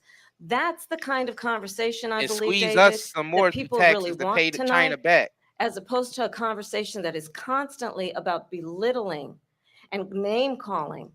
Let's turn the page. Vice President and move Harris, forward. thank you. Let's turn to policy. President Let's Trump, turn back we to have policy. to move on. President Trump. Let's turn to policy, She please. has a plan to defund the police. She has a plan to confiscate everybody's gun. President Trump, she we has do a have to plan move to on to not other allow issues. fracking in Pennsylvania or anywhere else. Okay. That's Thank you, what Mr. her plan is until just recently. I just need Lindsay, to go ahead. respond No, because Trump, the President former Trump. president has said No, I'm something sorry. twice that I need to No, respond to. I'm sorry. We're I just gonna need to move on, respond Vice one President time Harris. to what he has President said Trump, this multiple is times. now your Yes. 3rd time running for president. You have long vowed to repeal and replace the Affordable Care Act, also known as Obamacare. You have failed to accomplish that. You now say you're going to keep Obamacare, quote, unless we can do something much better. Last month, you said, quote, we're working on it. So tonight, 9 years after you first started running, do you have a plan, and can you tell us what it is? Obamacare was lousy health care, always was. It's not very good today. And what I said, that if we come up with something, and we are working on things, we're going to do it and we're going to replace it. But remember this, I inherited Obamacare because Democrats wouldn't change it. They wouldn't vote for it. Y'all gotta be They were the presidents unanimous. of They your own wouldn't vote to households, change man. it. If they would have done that, we would have had a much better plan than Obamacare. But the Democrats came up, Call they it what it wouldn't vote is. for it. I had a choice to make when I was president. Do I save it and make it as good as it can be, never going to be great, or do I let it rot? And I felt I had an obligation, even though politically it would have been good to just let it rot and let it go away. I decided, and I told my people, the top people, and they're very good people. I have a lot of good people in that administration. We read about the bad ones. We had some real bad ones too, and so do they. They have really bad ones. The difference is they don't get rid of them. But let me just explain. I had a choice to make. Do I save it and make it as good as it can be, or do I let it rot? And I saved it. I did the right thing. But it's still never going to be great, and it's too expensive for people. And what we will do is we're looking at different plans. If we can come up with a plan that's going to cost our people, our population, less money and be better health care than Obamacare, then I would absolutely do it. But until then, I'd run it as good as it can be run. So just a yes or no, you still do not have a plan? I have concepts of a plan. I'm not president right now. But if we come up with something, I would only change it if we come up with something that's better and less expensive. And there are concepts and options we have to do that. And you'll be hearing about it in the not too distant future. Vice President Harris, in 2017, you supported Bernie Sanders' proposal to do away with private insurance and create a government-run healthcare system. 2 years later, you proposed a plan that included a private insurance option. What is your plan today? Well, first of all, I absolutely support, and over the last 4 years as vice president, private healthcare options. But what we need to do is maintain and grow the Affordable Care Act. But I'll get to that, Lindsay. I just need to respond to a previous point that the former president has made. I've made very clear my position on fracking. And then this business about taking everyone's guns away. Tim Walz and I are both gun owners. We're not taking anybody's guns away. So stop with the continuous lying about this stuff. As it relates to the Affordable Care Act, understand, just look at the history to know where people stand. When Donald Trump was president, 60 times he tried to get rid of the Affordable Care Act. 60 times. I was a senator at the time when I will never forget the early morning hours when it was up for a vote in the United States Senate. And the late, great John McCain, who you have disparaged as being, you don't like him, you said at the time, because he got caught. He was an American hero. The late, great John McCain, I will never forget that night, walked onto the Senate floor and said, no, you don't. No, you don't. No, you don't get rid of the Affordable Care Act. You have no plan. And what the Affordable Care Act has done is eliminate the ability of insurance companies to deny people with pre-existing conditions. I don't have to tell the people watching tonight, you remember what that was like? Remember when an insurance company could deny if a child had asthma, if someone was a breast cancer survivor, if a grandparent had diabetes? And thankfully, as I've been vice president and we over the last 4 years have strengthened the Affordable Care Act, we have allowed for the first time Medicare to negotiate drug prices on behalf of you, the American people. Donald Trump said he was going to allow Medicare to negotiate drug prices. He never did. We did. And now we have capped the cost of insulin at $35 a month. Since I've been vice president, we have capped the cost of prescription medication for seniors at $2,000 a year. And when I am president, we will do that for all people, understanding that the value I bring to this is that access to health care should be a right and not just a privilege of those who can afford it. And the plan has to be to strengthen the Affordable Care Act, not get rid of it. Vice President Harris, thank you. In terms of where Donald Trump stands on that. I want to move to an issue that's important for a lot of... She made a mistake. Number one, John McCain fought Obamacare for 10 years. But it wasn't only him. It were all of the Democrats that kept it going. And you know what? We can do much better than Obamacare, much less money. But she won't improve private insurance for people, private medical insurance. That's another thing she doesn't want to get. President People Trump- are paying privately for insurance that have worked hard and made money, and they want to have private. She wants everybody to be on government insurance where you wait 6 months for an operation that you need immediately. President Trump, thank you. We have another issue that we'd like to get to that's important for a number of Americans, in particular younger voters, and that's climate change. President Trump, with regard to the environment, you say that we have to have clean air and clean water. Vice President Harris, you call climate change an existential Well, they need to threat. stop letting these The question corporations to you dump all both this tonight damn is, poison what into would you the do to food fight supply climate and into the change? water And and Vice into the President air. Harris, we'll start with you. 1 minute for you each. Well, the former president had said the climate change is a hoax. And what we know is that it is very real. You ask anyone who lives in a state who has experienced these extreme weather occurrences, who now is either being denied home insurance or it's being jacked up. You ask anybody who has been the victim of what that means in terms of losing their home, having nowhere to go. We know that we can actually deal with this issue. The young people of America care deeply about this issue. And I am proud that as vice president over the last 4 years, we have invested $1 trillion in a clean energy economy, while we have also increased domestic gas production to historic levels. We have created over 800,000 new manufacturing jobs while I have been vice president. We have invested in clean energy to the point that we are opening up factories around the world. Donald Trump said he was going to create manufacturing Look, jobs. more poison, more factory, And I'm more also proud poison to to have the pump into the endorsement of the environment with United more Auto Workers and factories. Sean Fain, who also And know so that can that keep the part of healthcare building going. a clean energy Yep, that's economy the hustle. includes investing in And even American these idiots are made dying from products, cancer and all that American that they corporations are automobiles. It causing. includes Idiots. growing what we can do around American manufacturing and opening up auto plants, not closing them like happened under Donald Trump. Vice President Harris, thank you. That didn't happen under Donald Trump. Let me just tell you, they lost 10,000 He talks about all the jobs poisons in this the last environment month. when they talk about It's climate going, change. they're all leaving. They're building big auto plants in Mexico, in many cases owned by China. They're building these massive plants, and they think they're going to sell their cars into the United States because of these people. What they have given to China is unbelievable.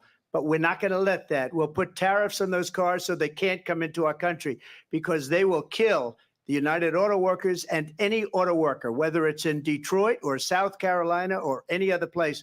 What they've done to business and manufacturing in No this one talks country about the is poison. horrible. We have nothing because they refuse. You know, Biden doesn't go after people because supposedly China paid him millions of dollars. He's afraid to do it. Between him and his son, they get all this money from Ukraine. They get all this money from all of these different countries. And then you wonder, why is he so loyal to this one, that one, Ukraine, China? Why is he? Why did he get $3.5 million from the mayor of Moscow's wife? Why did she pay him $3.5 million? This is a crooked administration, and they're selling our country down the tubes. President Trump, thank you. Thank you. We'll be Yeah, right he's back right with about closing that. statements from It both is of a our crooked candidates. An administration. historic night, this ABC News presidential debate from Philadelphia. Back in a moment. Hell yeah, it's crooked. But I believe politics is crooked, period. It's a crooked business. It's a crooked game. Damn sure is. Because they all about robbing the people. Because all this shit that they talking about, climate change and all this bullshit about protecting the earth and they let these corporations run rampant, poisoning every damn thing with these toxins. Spraying the pesticides and the herbicides and all that shit all over the food, spraying that shit, them chemtrails, whatever the hell that shit that they spraying out those planes every morning. You know what I mean? They ain't talking about none of the processed, all the poison that's in the processed foods that's killing us. They ain't talking about none of that.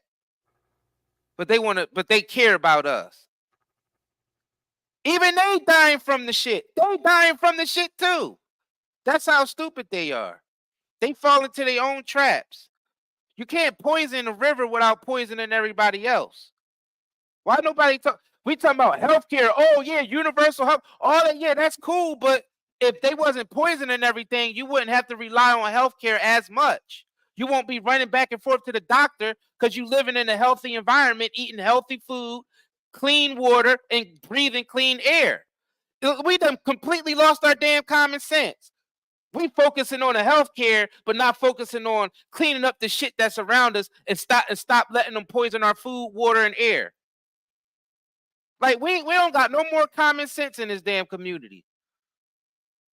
And when I'm talking about community, I'm talking about the whole damn earth as a community. Nobody got any more sense. What they say, that common sense shit ain't even common anymore. No, sir.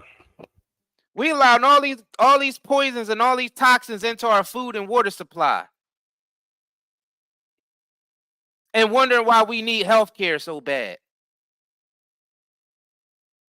And then you go and you look for the source of where all the toxins is coming from, and it's coming from all these goddamn factories. All these factories is producing toxins and poisoning and poisoning the environment, the air and the water, and throwing the trash in the landfills, and it's poisoning the land. So even the crops and shit is sucking up the poisons. So even the food that you eating ain't even healthy anymore because it's all being contaminated with all this shit from these factories. And then they blame it on climate change. Man, get the F out of here, man. It's poison. It's poison. That needs to change. And then you sick from that, and then you got to run to the doctor to get more chemicals to counteract those chemicals that's already in your body. And it's one big cycle. None of these politicians is talking about that because that's what they getting paid from. But those idiots don't realize they're getting sick too. You can't poison a river that everybody have to drink from without poisoning yourself too. That's what I'm like, damn, these people went completely mad, man. They went completely mad. Bro.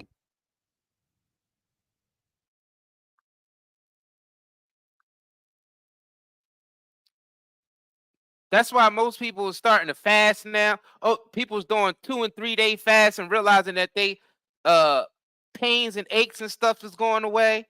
People starting to detox and all that stuff and starting to realize they feel better after that. It's because we're all being poisoned. They're even poisoning themselves. Because you hear about these billionaires that from these companies getting cancer and dying all the time. Because you're poisoning the environment with your companies because you all about just making money. But you being greedy for wanting to make money and control people, you're poisoning yourself too and your own family. So you causing pain and suffering for yourself and everybody else because you greedy. Why none of them talking about that? Why nobody talking about that? Then you would, if they wasn't poisoning the environment so much, we wouldn't need all this damn health care, running back and forth to the doctor all the time. Well, stop poisoning shit. Then we won't be running back and forth to the doctor. All that shit on the shelf got cancerous sugars and dyes and all these chemicals and all this bullshit in it, and we wondering why we running back and forth to the doctor. Niggas ain't even eating real food anymore. Fake ass food and the prices went up. And Vice President. Let's hear about that, Kamala Harris and Trump. So I think you've heard how can y'all tonight answer two those questions? very different visions for our country. One that is focused on the future, and the other that is focused on the past, and an attempt to take us backward. But we're not going back. And I do believe that the American people know we all have so much more in common than what separates us, and we can chart a new way forward. And a vision of that includes having a plan, understanding the aspirations, the dreams, the hopes, the ambition of the American people, which is why I intend to create an opportunity economy, investing in small businesses, in new families, in what we can do around protecting seniors, what we can do that is about giving hardworking folks a break and bringing down the cost of living. I believe in what we can do together that is about sustaining America's standing in the world and ensuring that we have the respect that we so rightly deserve, including respecting our military and ensuring we have the most lethal fighting force in the world. I will be a president that will protect our fundamental rights and freedoms, including the right of a woman to make decisions about her own body and not have her government tell her what to do. I'll tell you, I started my career as a prosecutor. I was a DA, I was an attorney general, a United States senator, and now vice president. I've only had one client, the people. And I'll tell you, as a prosecutor, I never asked a victim or a witness, are you a Republican or a Democrat? The only thing I ever asked them, are you okay? And that's the kind of president we need right now. Someone who cares about you and is not putting themselves first. I intend to be a president for all Americans and focus on what we can do over the next 10 and 20 years to build back up our country by investing right now in you, the American people. Vice President Harris, thank you. President Trump? So she just started by saying she's going to do this, she's going to do that, she's going to do all these wonderful things. Why hasn't she done it? She's been there for 3.5 years. They've had 3.5 years to fix the border. They've had 3.5 years to create jobs and all the things we talked about. Why hasn't she done it? She should leave right now, go down to that beautiful White House, go to the Capitol, get everyone together and do the things you want to do, but you haven't done it and you won't do it because you believe in things that the American people don't believe in. You believe in things like, we're not going to frack. We're not going to take fossil fuel. We're not going to do things that are going to make this country strong, whether you like it or not. Germany tried that, and within 1 year, they were back to building normal energy plants. We're not ready for it. We can't sacrifice our country for the sake of bad vision. But I just ask one simple question. Why didn't she do it? We're a failing nation. We're a nation that's in serious decline. We're being laughed at all over the world. All over the world, they're laughed. I know the leaders very well. They're coming to see me. They call me. We're laughed at all over the world. They don't understand what happened to us as a nation. We're not a leader. We don't have any idea what's going on. We have wars going on in the Middle East. We have wars going on with Russia and Ukraine. We're going to end up in a third world war, and it'll be a war like no other because of nuclear weapons, the power of weaponry. I rebuilt our entire military. She gave a lot of it away to the Taliban. She gave it to Afghanistan. What these people have done to our country, and maybe toughest of all, is allowing millions of people to come into our country. Many of them are criminals, and they're destroying our country. The worst president, the worst vice president in the history of our country. President Trump, thank you. And that is our ABC News presidential debate from here in Philadelphia at the National Constitution Center. I'm Lindsay Davis. And I'm David Muir. Thank you for watching here in the U.S. and all over the world, and from all of us here at ABC News. Good night. And that is the end of the first presidential debate between these two candidates, Vice President Kamala Harris and former President Donald Trump. Also likely the only debate we will see between these two candidates. We have been watching alongside our full team. Man, that debate was a snooze fest. That shit was boring. They ain't talking about shit. Nigga, they talk about the same stuff. Nothing. Same talking points every 4 years. The same talking points. And nothing gets done no matter who's in there. You know why? Because you got to do it your fucking self. Right. You got to do it yourself. You can't depend on these motherfuckers to do anything for you. You got to do it yourself. Do for self. Put that in your pipe and smoke it. Do for self. Do for self. Do for self. All right. All right. Just the way these motherfuckers talk, you know they ain't got your best interest. You can't get shit from these motherfuckers. Nothing. No help, no nothing. You got to do it yourself. Nothing. There's nothing. I don't care what they sit up there and talk. I don't care how many times they rehearse that to come on there and say that, because it's all a script anyway. I don't care about none of that because it's not beneficial. This debate is not benefiting anybody in America about anything. Nothing. It's sports. So the way you look at a football game or a baseball game, boxing match, wrestling match, all this, I look at this debate the same way. Because I know it's no real change going to happen with them sitting up there talking like they talking. We know that. You got to do for self, man. Man, these motherfucking corporations out here poisoning people, man. That should be talked about. Yourself. Even with that, you still gotta. Yeah, people gotta start getting educated on all this shit, because you wondering why you having all these health problems, because they poisoning everything that we're exposed to these days. Everything we buying from these conventional stores and it's all poison. You can't think straight. You know what I mean? They got your hormones and your blood sugar and shit all over the place because all these toxins that's in all the food. All these GMO, all this all this experimental food that they putting on the shelves and ain't even letting us know that it's in there. That's what you get when you depend on people that feed you. You know what I mean? Yeah, depending on corporations to feed you. That's what you get. You get that when you start to get far removed away from the natural way of living, hunting, farming. You know what I mean? The natural way of shit. That's what you get when you gotta depend on motherfuckers to feed you. You get poisoned. That's what happens. Yep. Yep. That's insane, bro. Yep. Damn. Yep. But anyway, It's shit. just those real topics will never be brought up. No. And the crazy thing about it, they getting affected by that shit too. You hear about King Charles over there in England with cancer. Steve Jobs died from cancer. You gotta think about it. It don't matter how rich you are, if the environment is being poisoned, it ain't amount of healthcare in the world that's going to save you from all that damn poison. You can't poison the oceans, the rivers, the sky without poisoning yourself, idiots. You gotta think about it. These corporations is what's causing all this shit that's going on as far as with people's health. And it's just that the people not being proactive about what's being put in our food and in our environment. And we just trusting them to do it all. And by trusting them to do it all, we're basically being set up.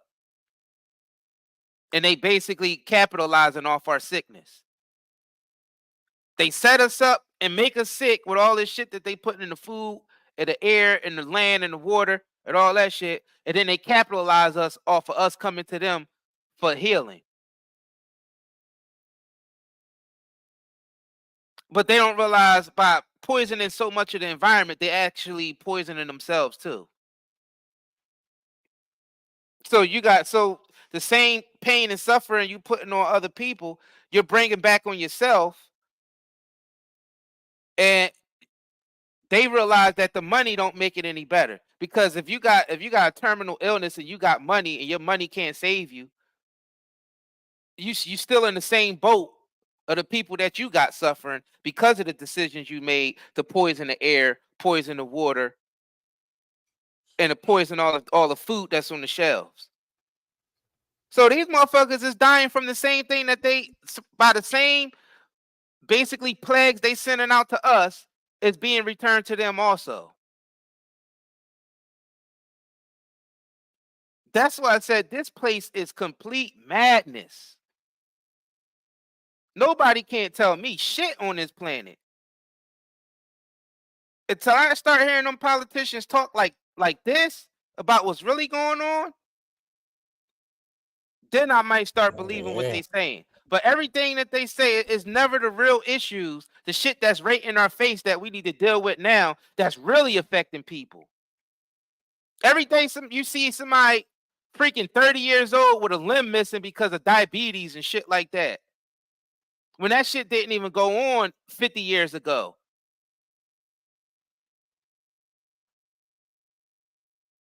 $50 years ago, that shit was unheard of for somebody in their 20s and 30s to have to get their leg and shit amputated because of diabetes and fucking kidney problems and all that shit. That's because you're being poisoned.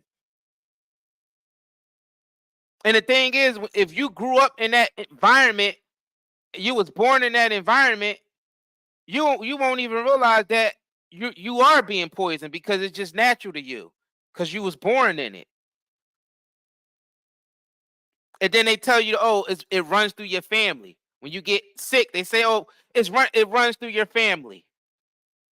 Oh yeah, diabetes run through my family. Nah, the poisons is running through your family. generations after generations is being poisoned with the same chemicals and using the same chemical products. So it's not really your genetics. It's the poison that's in the food, that's in the water, that's in the air, because these corporations don't give a fuck what they use, because they trying to make a profit. They trying to capitalize by any means, even if it means poisoning the environment and even poisoning themselves. They still got to make that money.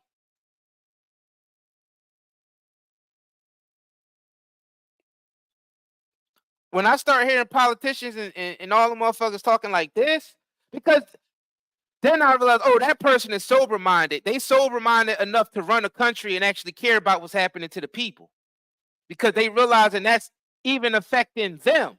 Like, damn, what we gonna do about all this goddamn cancer out here and all this sick, all this diabetes, all this high blood pressure and stroke and heart problems and all that? Well, did any of them ever think that all the chemicals that's in everything, in the environment, in the food, in the water, that's not one of the major causes? We need common sense and sober-minded people and people who's in reality. If you're a billionaire and you can't relate to someone who's living in a average lifestyle, because let's be real, a billionaire's lifestyle compared to an average person's lifestyle is completely different. But the billionaires is making decisions for the average person, but they're completely detached from the reality of the average person lifestyle. How could they make decisions? It's always going to be, how are we going to keep these individuals enslaved? It ain't going to be, you know what I'm saying, how are we going to make their lives better? How are we going to make them dependent on us? That's what it's more about. Let's be real. It's up to the people to and if you're constantly being poisoned, you're constantly running back to the healthcare system that they own also. So if they keep you sick from all the shit that they poison you, you're going to keep running back to them, and they was going to keep directing you to more sickness. Yeah, it falls on the people to become more educated. You can't Let's be real. lazy out here. Right. People are being lazy. We got all this information at our fingertips. I think because I mean, they gonna do what they gonna do. It's up to it's up to the individual to educate themselves, bro. That's the only reason why motherfuckers is falling for it, because it really is going to depend on yourself to educate yourself, because corporations gonna move how they gonna move. So regardless of people doing anything about it, you got to start educating yourself about what the fuck going on, and start paying more attention and be more aware, self-aware of what's going on. Yep, that's what it's about, because at the end of the day, you got to look out for you. And looking out for you is educating yourself. That's what it boils down to. You know what I mean? You can't even put it all on the corporations 100%, because if motherfuckers is educating themselves, then they wouldn't know how to move. You know what I'm saying? So it's not even 100% them. Yeah, they're a percentage of the blame, but really it's going to depend on you and your education, how you going to educate yourself, and how you going to be aware of what the fuck going on. If you're not aware, then you're just going to fall in line with the herd. Yep. So yeah, depends back on you. Like you said, do for self. Do for self. You gotta educate yourself, and for you and your family's sake. You know what I'm saying? But people ain't gonna do that though. They gonna go out and vote. But you can't. And they gonna go out and vote and think that's gonna make a change. And they just gonna continue doing the same stuff. That's them. You can't even tell people how to move, bro. This is about how it relates to the political debates. Yeah, this is about how it relates to how the corporations, how they never talk about how the corporations is poisoning everything, but they're not going to talk about healthcare and climate change. They're not going to talk about what they endorse by. Dude, stop arguing. We agreeing with each other. No, I'm not arguing with you. Yeah, but I'm just saying. I'm just saying. I'm speaking like in general. I'm speaking in general. They ain't going to argue. Yeah, but that's the whole point of it. That's the whole point of it, of how this relates to what the politicians be saying. Yeah, well, You know what I'm saying? Because that's what people are focused on. You got to meet people where they at. Because people ain't gonna believe in people ain't gonna believe in doing the education themselves. You gotta let them see them. You gotta take them to a place where they can see it themselves. All you could do is just, you can't really what they say, you could guide a horse to water, but you can't make them drink it. You know what I'm saying? But you gotta still meet people where they at and understand, because most people be like, oh, I don't care what they say, voting, shoot. Because they only taught that voting is the only way to fight back, or marching is the only way to fight back. Not realizing that you're in a perpetual cycle of the corporations controlling all that, because they control the left and the right. And that's where people are stuck at. People think that there's a difference between Republicans and Democrats when they're both owned by a corporation. And the corporation is the cycle that orchestrate everything. So like you said, it's people have to do the research themselves, but you got to help people, guide people out of the programming first, because their response to everything is like automatic. You know what I'm saying? It's like automatic. Oh, I got these beliefs because that's what I'm a Democrat, so I got to fight for them tooth and nail and go out there and vote and march on the street. Or I'm a Republican, I got to go out there and vote for them, wear a red hat, and like all that shit is just programming. And that's where a lot of people are at right now. Most people, majority of people. And they don't realize that that's part of a cycle that you're constantly going to go through, because another group of individuals is capitalizing off of that. And that's what's actually, and they can't see that. We can easily say do for self and do this, but people don't know how to do for self because they was brought up in the programming. People wouldn't even know where to start. Some of the people that's so ingrained and believed in the system so much. It's like trying to wake niggas up from the Matrix. It's really it's pointless at some point, because people's going to do what they're going to do anyway. People's going to do what they're going to do anyway. That's the bottom line. So we can easily tell people to do for themselves, but they still going to be dependent on the system because that's all they know.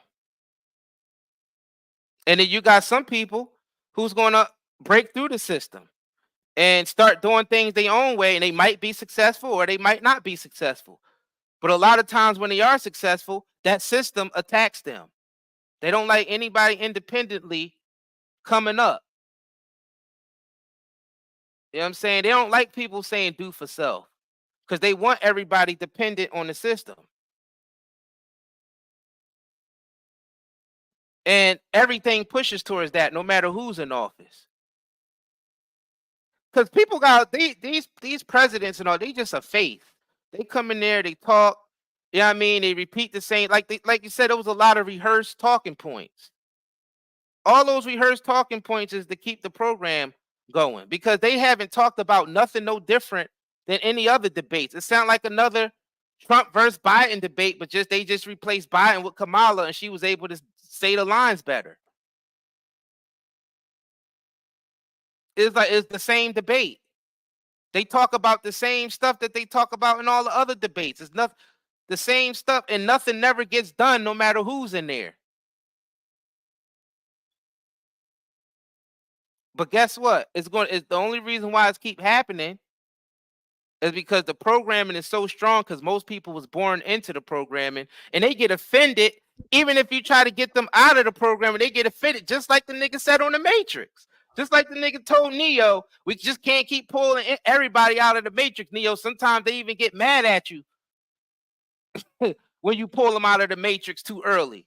Nah, they doing their job. These presidents and they doing their job. They just not doing the job for the people. They doing their job. They being hired. Yeah, they doing their job for whoever they being hired by. The corporation. So when we say they ain't doing nothing, they ain't doing nothing. Yeah, they is. They doing it for the people that's putting them in there. The people's not putting them in there. Let's just be honest. Your vote's not putting them in that damn seat. They there work for a corporation, just like any other motherfucker get hired to be a president, vice president of the board, investors. They're managing investors, in corporations, all the investors. That's what they're in there to manage. They're not in there to manage the fucking people. All right. So they are doing their job. The thing is, are you doing yours? At the end of the day, are you doing your job? Because that's what it's about. They're not there for you. All right. Let's just get that out the way right now. When we all that facade and thinking you voting to put them in office and all that, they're not being put in there for you. All right. Let's just get it out the way now. United States of America became a corporation. It went from America to United States of America. All right. So United States is the corporation version, and that's what they're managing. That's what the president, vice president, you know what I mean, states representative, they all just managing the corporation. That's it. They're not there to manage the people. The people got to manage their goddamn selves at this point. Facts. You understand? Manage your own household, manage the people around you. Y'all come together as a collective and figure some shit out, a system to feed your goddamn family. And that's what it's about. Coming up with a system to feed your family and not depend on the system outside of yourself. That's where we at with it. And that's where it's been at. It's always been that way. Right. So they break up shit like Rosewood and Tulsa, Oklahoma, and other various parts of the country that where people was thriving. They broke up shit like that so they can keep the United States thriving. United States of America thriving. Not Americas. The Americas is, you know what I'm saying, the indigenous people. Americas. United States of America is the corporation. Yeah, You know you talking about the District of Columbia. Yeah. District of Columbia, all that. Yeah. That's the corporation version. Right. District of Columbia is definitely the corporation. Our mindset's supposed to be America's. You know what I'm saying? America. That's our mindset. America's.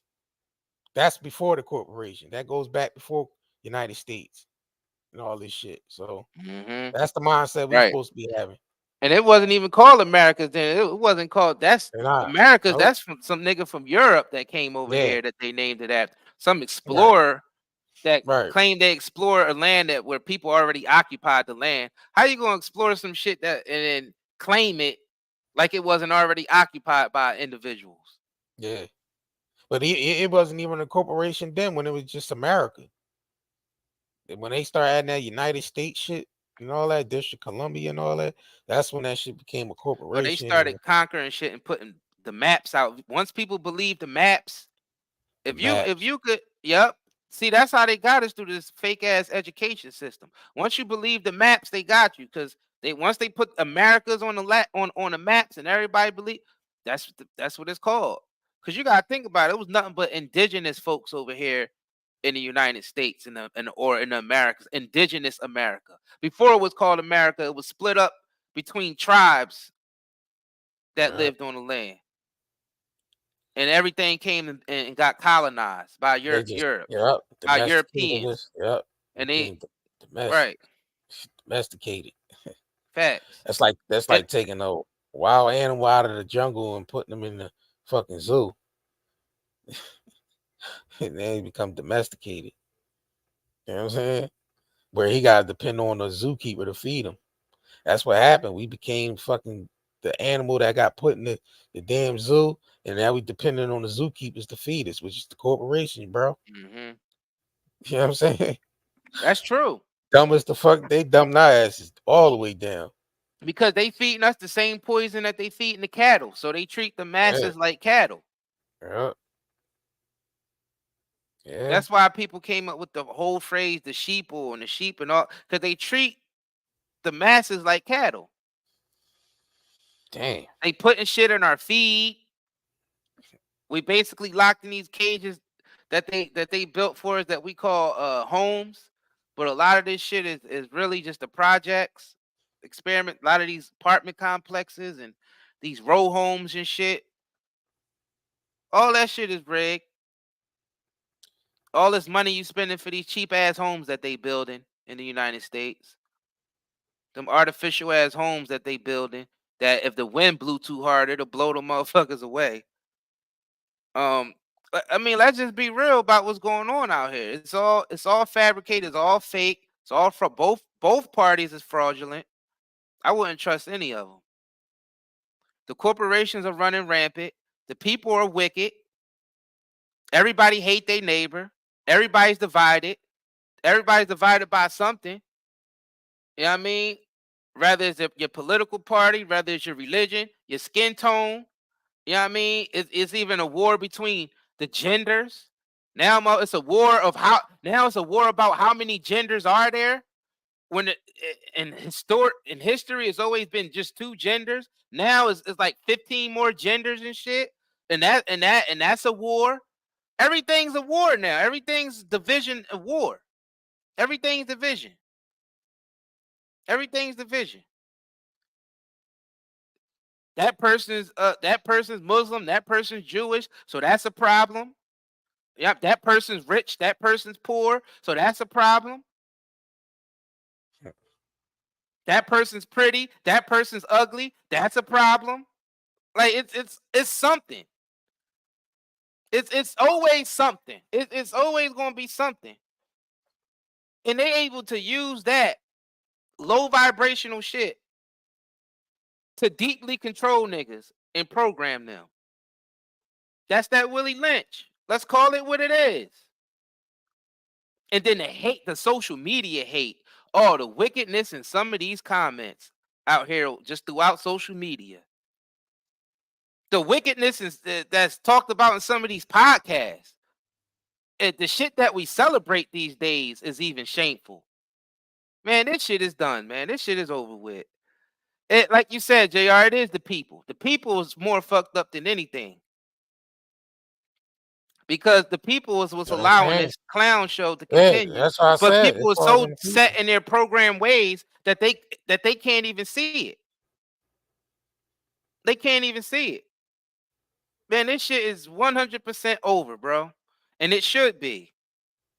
It ain't gonna get no better from here, folks. It's only gonna get worse. And it should, because things got to get really bad before it gets any better. Sometimes you need a complete collapse of everything for shit to get back on track. Well, don't they call it the Great Reset or whatever? There it is. The Great Reset. There it is. Maybe we should do a live stream on the Great Reset, because I see a lot should. of people that talk about the Great Reset. We should, And because it is about to be a great reset.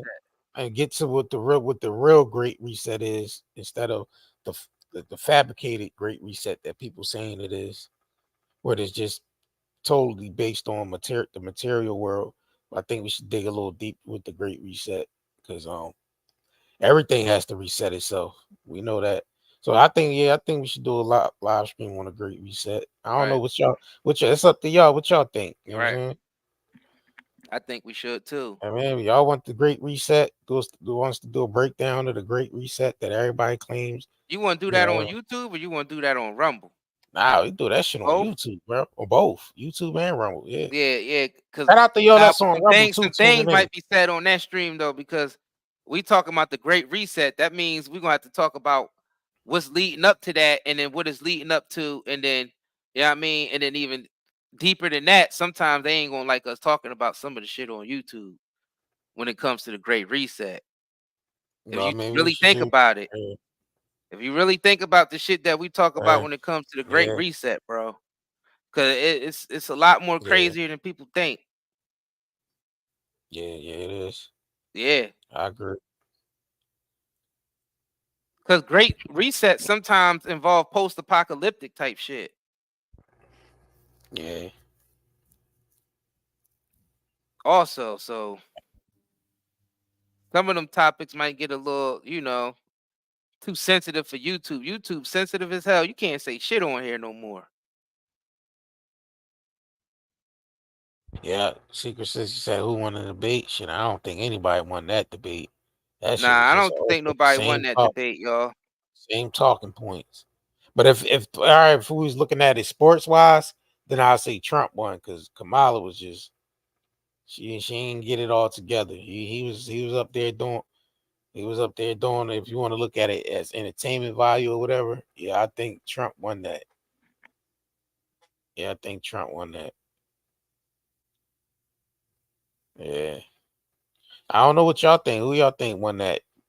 Trump or Biden? I mean Trump or Biden. Trump or well shit, Kamala is Biden because if you want more Biden, if you I want, because mean, y'all so who seen with y'all the think last won? 4 Yeah. years, Biden y'all or want Trump? more Who y'all Biden, think? you'll say Kamala. You want Kamala or more Trump? Biden? Yeah. I don't know, y'all put in the chat. I should have did a poll and shit, but Oh yeah, that would have been I tight. do it on the community tab. I do it on who y'all think won the debate. I put it on the community tab. Matter of fact, I'll do that right quick, right now. Shit, I'll do that right now. I don't even know, bro. That shit don't even matter who's in there. We know that. Yeah, But but if you want to if just I put the was the sport, vote, yeah, the sport was. if I did believe that shit, yeah, I would probably go for Trump if I did. Because I don't want no more of the Biden shit because we don't know what the hell happened with that. I feel like that's elderly abuse. That man shouldn't have been up there in the first place. So I don't really trust the Democratic Party. It didn't look like somebody tried to take Trump out. You know what I'm saying? So I don't even know what that's about. So I definitely don't trust the Democratic Party. I don't trust them Republicans neither. I don't trust any of them motherfuckers. But I really don't trust the Democrat. I really don't trust that side. It seems like they going way above and beyond when it comes to shit. You know what I'm saying? I don't And then a lot of that shit be the pot calling the kettle black. Cause they talking about something, oh, he's dividing people with race. Y'all do the same shit. Y'all divide people with the LGBTQ shit. Weaponizing sexuality and shit like that. I did the poll on the community tab, so I got who wanted the presidential debate, Kamala Harris, Donald Trump, or none of the above. Yeah, y'all can go vote. Community tab. Yep. Yeah. What about you, JR? If you was a voting man, which we know you ain't, who would you probably go for? I mean, shit. I probably I don't know. You know what? I don't even know, bro. I can't even call it. I probably lean more towards Trump because maybe because of the last 4 years we ain't really. Bro, the I don't last know. 4 years were really effed, bro. I don't I know what mean, they sent all that motherfucking buying bread. up there, bro. They That sent shit was all that crazy. motherfucking bread overseas. We just watched Facts. them send all them billions over there on Facts. damn near $1 trillion overseas, bro. I'm like, Trump y'all wasn't sending doing this that shit. shit. Hey, y'all sending this shit out the country. Y'all fucking the country up, weakening the country by sending that shit over to somebody else. Right. And all the people here need that shit. So yeah, I Facts. probably run with Trump just on that shit alone. Just on that shit alone. Yeah, Facts. just on that shit alone, because niggas sent all the bread overseas. Like y'all tripping. Yeah, because bro. he ain't go that far. He That ain't nigga go that tripping. far and was sending bread overseas and none of that shit. Trump didn't do that when he was in office. But in the last 4 years, they last all 3.5 fund. years, them They motherfuckers all been sending mad bread to yeah Ukraine, they mad do bread all to funding. Israel, mad bread to this person, mad bread to that person. They all send And funding nobody over. in the They U.S. all got send any of that funding. shit. They all send funding, but these niggas did a little act. They did a excessive sending. Like they sent that shit over there. Like it was a little excessive doing that. It was like 800 billion going out. This next thing you know is 80 billion going out, and then I'm like, damn, y'all niggas just sending all this shit. Right. Where is this shit going? Why the taxpayers got to send this shit over to somebody else when we need it? I mean, we need the shit, not them niggas. Like, what the hell? What we look like? It ain't like they giving that shit to countries that actually fucking really need it. And then we Like, have to pay the taxes on that. yeah, shit. they not giving that shit to like poor people that need it. You know what I'm saying? Like poor countries that need. They sending that shit to people to go to war and all that stupid ass shit. Like, man, why we gotta pay for that shit, bro? We need that bread here. They wanted us to pay for wars and shit, man. Yeah, I probably just shit. I wouldn't vote for none of these motherfuckers. But like I said, I have to see what aren't Mr. Orange Man is going to do with some shit. You know what I'm saying? But yeah, I don't know, y'all. The You way said that Mr. deficit. Orange Man. Yeah, probably orange pill skin ass nigga, man. Yeah. But you know what? But the way that deficit look, man, the way that shit look, bro, I don't understand They ain't talking about nothing. I ain't hear nothing. I don't hear them talking about crypto, no new block. You know what I mean? Nothing up there. Nothing. They ain't talking about the new financial system. None of that shit up there, Nope. bro. Nope. Like y'all niggas, y'all ain't talking about the right shit up They there. ain't Hold talking on. about nothing, bro. Bro, they ain't say nothing about the new financial system, which direction that's going, and they ain't even talk about BRICS. And that should be in the media all the time. Nope. They ain't even They talking ain't about talking BRICS. about How they BRICS. cut how America is being cut out. It ain't talking about You would think nothing, Trump, bro. you would think Trump would talk about that, about how BRICS is forming up and cutting the United States dollar out. Soon the United States dollar ain't gonna be worth shit. And Americans don't understand what that means to us. That means our money ain't gonna be worth shit. That means it's gonna take $1,000 to equal up to something that was just $25 a couple years ago. Man, So niggas ain't talking. you paying all that much more because the dollar's devalued, because nobody's effing with it anymore. People ain't even talking about all these different countries that joined BRICS, that new financial shit, so people won't use the United States dollar no more. It was 150 countries on there. Right, Like, 150. yeah, they ain't That's even. most. Yeah, Hold on, y'all set up there all them hours, and y'all ain't bring up the 150 countries that just joined forces. right.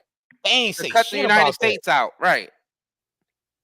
Yo, this shit is crazy to me, Yeah, bro. we got the what they say, the fox is guarding the hen house. You know what I'm saying? We got the foxes guarding the hen house up there. Ain't no way in the world you can see 150 countries joining forces financially, and you To ain't cut bring the y'all. US dollar out. Yeah, and that should be in the media all the time. And you mean to tell me y'all ain't talk about that? But you know Nope. why? You know why they ain't talk about that? Because the corporation they run it is the same policy that's always going to be there for every 4 years. They don't move outside of that. That's like There it is. that's like going to a job. The administration ain't going to change in that job. It's going to be the same people the administration and the policies going to stay in place. Only thing going to change is the faces. So they can't talk about nothing outside of whatever the structure set up for the corporation of America. So they ain't gonna talk about nothing outside of that. The financial system is separate. It seemed like that is ran by private banks, private Right. The entities, and presidents can't private do shit investors. for the Yeah, economy. yeah. The presidents don't have no control over these private banks, over the central banks, Nope. the IMF, the Nope. International Monetary Funds, and They ain't got no the control over internet. them. My bad, International Monetary Funds, the Right. IMF banks. They don't have no control over none of that shit. So that's Hell why no, they they don't. don't. So that's why they don't talk about it, because they don't have control over that. That's why they don't speak about that shit during the elections and Well, that's debates. because that's who they being controlled by. Now, what I did see is Trump at the crypto convention. I did see them meeting with Biden administration. So that's the shit they ain't going to talk about at those debates. I Right. did see them meeting with top financial crypto advisors and people like that. They did. You seen them? That's been in the media. But see, that shit don't be pushed to the forefront of the media, because they don't Right. want you. They don't really want you to focus on the financial part. You have to actually go do your research and find out how the fuck they moving, because they're not going to really talk about that real big in the media like that. You know what I'm saying? So Yeah, because when the internet started popping, the politician, like during the 1999 boom, internet boom, the .com boom, they wasn't talking about that during the elections neither. nah. They wasn't talking about that shit, and that was huge. A lot of people became millionaires and billionaires off of that, and the politicians wasn't talking about that new innovation that was coming, that was going to affect everybody. So yeah, that's common for them not to talk about that shit. And why would they? People got to do it, like you said earlier. People got to become their own presidents and do the research themselves. Niggas got to get up off their ass and do their own Yeah, research. because you will know which way the technology's moving. You will be able to make Facts. certain investments. Be like, all right, I see where they're going with this. I want to invest something in this real quick, and you'll know how to move. Like, Right. if you ain't really searching and doing the research yourself, then you ain't gonna really know how to You just gonna follow the rest of the herd. Whatever they throw in the media, you're gonna believe. You're gonna follow behind it. You're not gonna really double check it. That's what they bank on, people not to double check any of that shit. They ain't gonna, yeah. But yeah, I feel like that. Yeah, they're not gonna speak about certain things, and I understand why they're not gonna speak about that. Yeah, they ain't gonna speak about certain things. But certain things that they should speak about, like we were saying earlier about all the poisons and shit, that needs to be addressed. They Because they ain't gonna even are address being that. affected by it. That's what's getting to me though. They They're not even gonna talk being about it. affected by the shit. You never see. You see all this food and shit that's being recalled and all that, but they're not gonna talk about it because it's not part of their policy. Mm. You know what I mean? Even though it's being pushed in the media and you see articles every day and they talk about it on national news and that, you know what I mean? That's still not gonna trigger the fucking them to talk about that during the debates and none of that shit. They're not gonna talk about that. Yeah, because everything is controlled that they talk about is on national TV. All that shit is scripted. Now they talk about the price gouging and all that shit. I see them talking about that, Yeah, but they that's talking about that. They was talking about some of the shit that we was talking about the billions and millions that's being sent here and there because of the war. They talking about it, but they only talk about little pieces of the picture. The big picture never and really right. gets Yeah, discussed. like and then the talking points when it comes down to them after these debates, the talking points is always the same. It's always the same shit. Yeah, Uh,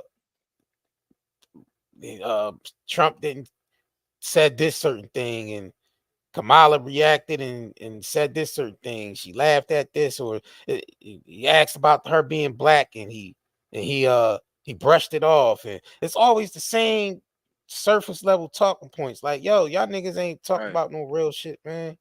Why you ain't asking? You know what I mean? You would And think like you people would be said, like, they can't yeah, talk about real shit. nah, but I'm talking about the people after you, the talking points after the debates and all that. You It's talking about always the medias? yeah, it's always Kamala laughed at Trump Yeah, because he said this, or Trump sound like an idiot because he said that. And they're like, yo, that shit don't even be meaning nothing when it comes down to the meat and potatoes of this shit. right. They always focus on the surface level shit, or how a nigga demeanor was, or yeah, I mean, he laughed at, she turned her head and made a facial expression because he said this. Like, man, nobody give a fuck about that shit, man. I mean, that's what people do care about. People don't care about the real issues. The general public only care about that type of stuff. That's why the media basically capitalize off of that because people are petty in general. So people don't really care about the real issues. It's a certain maturity that have to come with you with life experiences that you learn from in order to have the maturity to want to see something more from them than that petty shit that they be doing. But the media always captures the pettiness and make a big deal out of that because people are generally petty. Let's just be real. People are just generally petty. People rather hear about the little messy petty stuff than hear about the real issues. So these media companies, they design their content around the petty shit that happened at the debate. None of the real issues are talked about because they don't really talk about any real issues too much. They don't cover nothing real. And people don't focus on that anyway. You got one community over here that only care about, oh, we got to get a first black woman president. Then you got another group over here, yeah, over on the other side that think that this man right here is going to solve everything in their life like he's Jesus Christ. Some of these Trump supporters, you can't tell the difference between Jesus Christ and Trump. Like that's how crazy and fanatic they be. And the other side just want to see a black female president. Like they don't care what her politics are. They don't give a shit. She's black. She's black enough. Her skin is dark enough. You know what I mean? She eat collard greens and she got hot sauce and all that type shit, and that's good enough. You know what I'm saying? And she's, I mean, that's good enough. She's black enough. Like, that's how petty all this shit is. That's how petty it all is. Petty as hell. And that's what people feed into. Nobody cares about the real issues. That's what it is, JR. Like you said, they don't want to do the research because they don't care to do the research. People don't care to do the research. It's just all vanity. People just want their vanity to be appealed to. Like, that's what it is, all vanity at the end of the day. All vanity.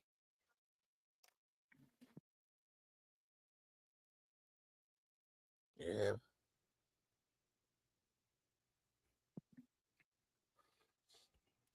A bunch of BS, man. Yeah, some of them Trump reporters be acting like he's Jesus Christ himself, like he's the savior and shit. And you can't put all your hopes into no man like that. That shit never works out.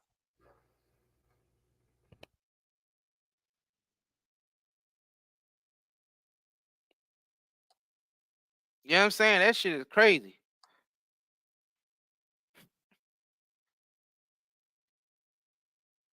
Yeah, it's wild out here, man. That shit ain't even like, I feel like Brewster's Million, man. Vote for none of the above. That's my take on it. But like we said, man, we don't knock anybody who go out there and vote. You know what I mean? You got the right to do that, the freedom to do that. And shit, this is just our opinions. Niggas Yeah, can take it or leave it. Yeah, all right. The opinions of night and day do not reflect on the people. Do not reflect on the people. Right. In the chat or in the comment section, this is totally our opinion. Okay? Facts. This is our opinion. It has nothing in, it does not reflect on people who want to go out there and vote. Yep. You're not knocking no damn body. All I know, that debate was some damn bullshit, though. And then everybody knows it. Everybody can see that debate was some bullshit. That shit Regardless superficial. if you a voter or not, you realize that debate wasn't talking about shit. Right. Nothing. Nothing at all. Yeah.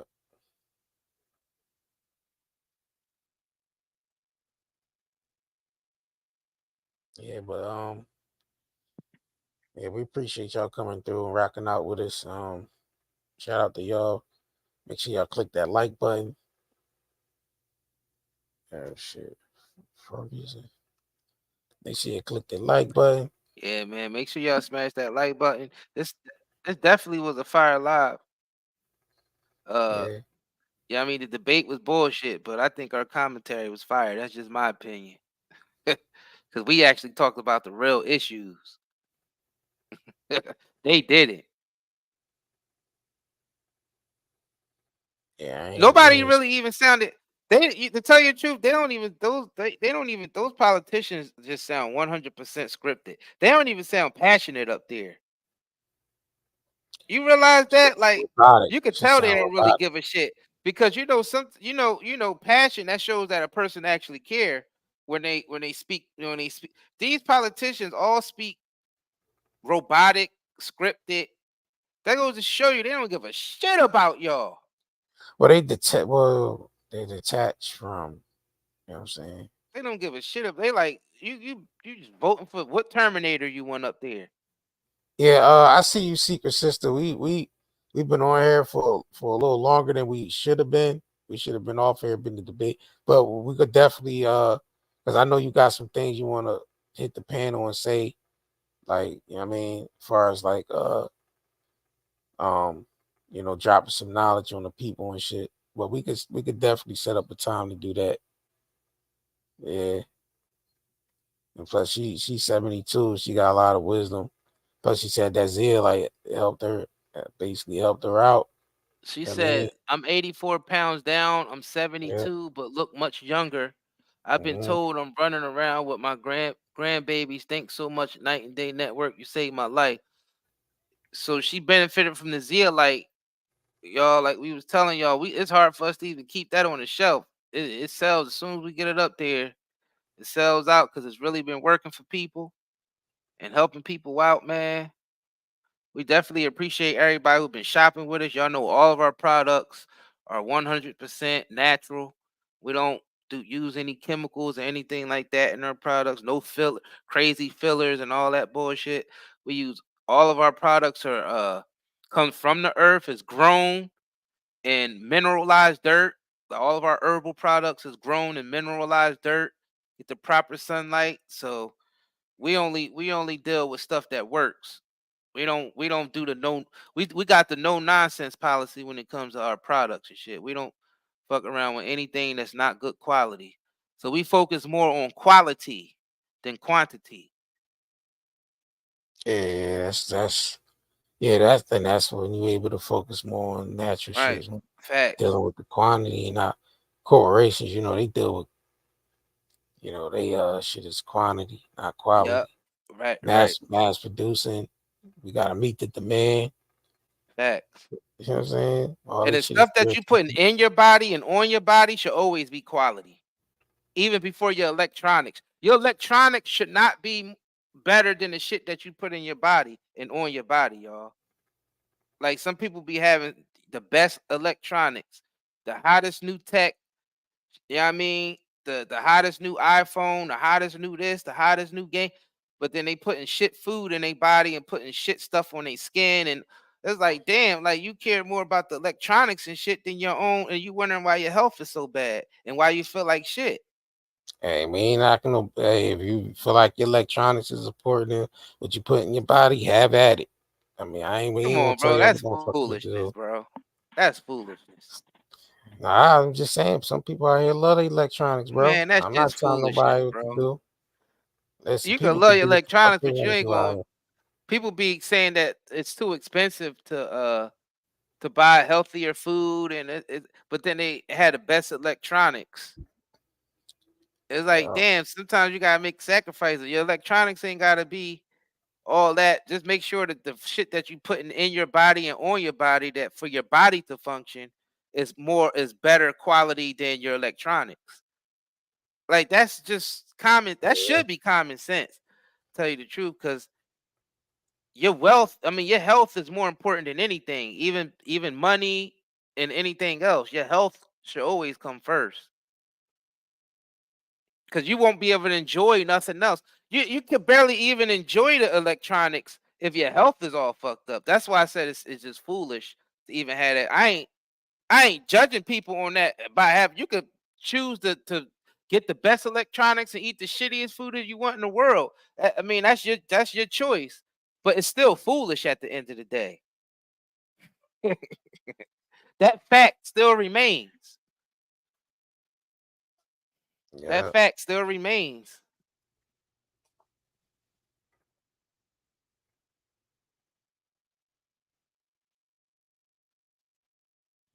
Oh, yeah, man. We definitely appreciate all the support though, man.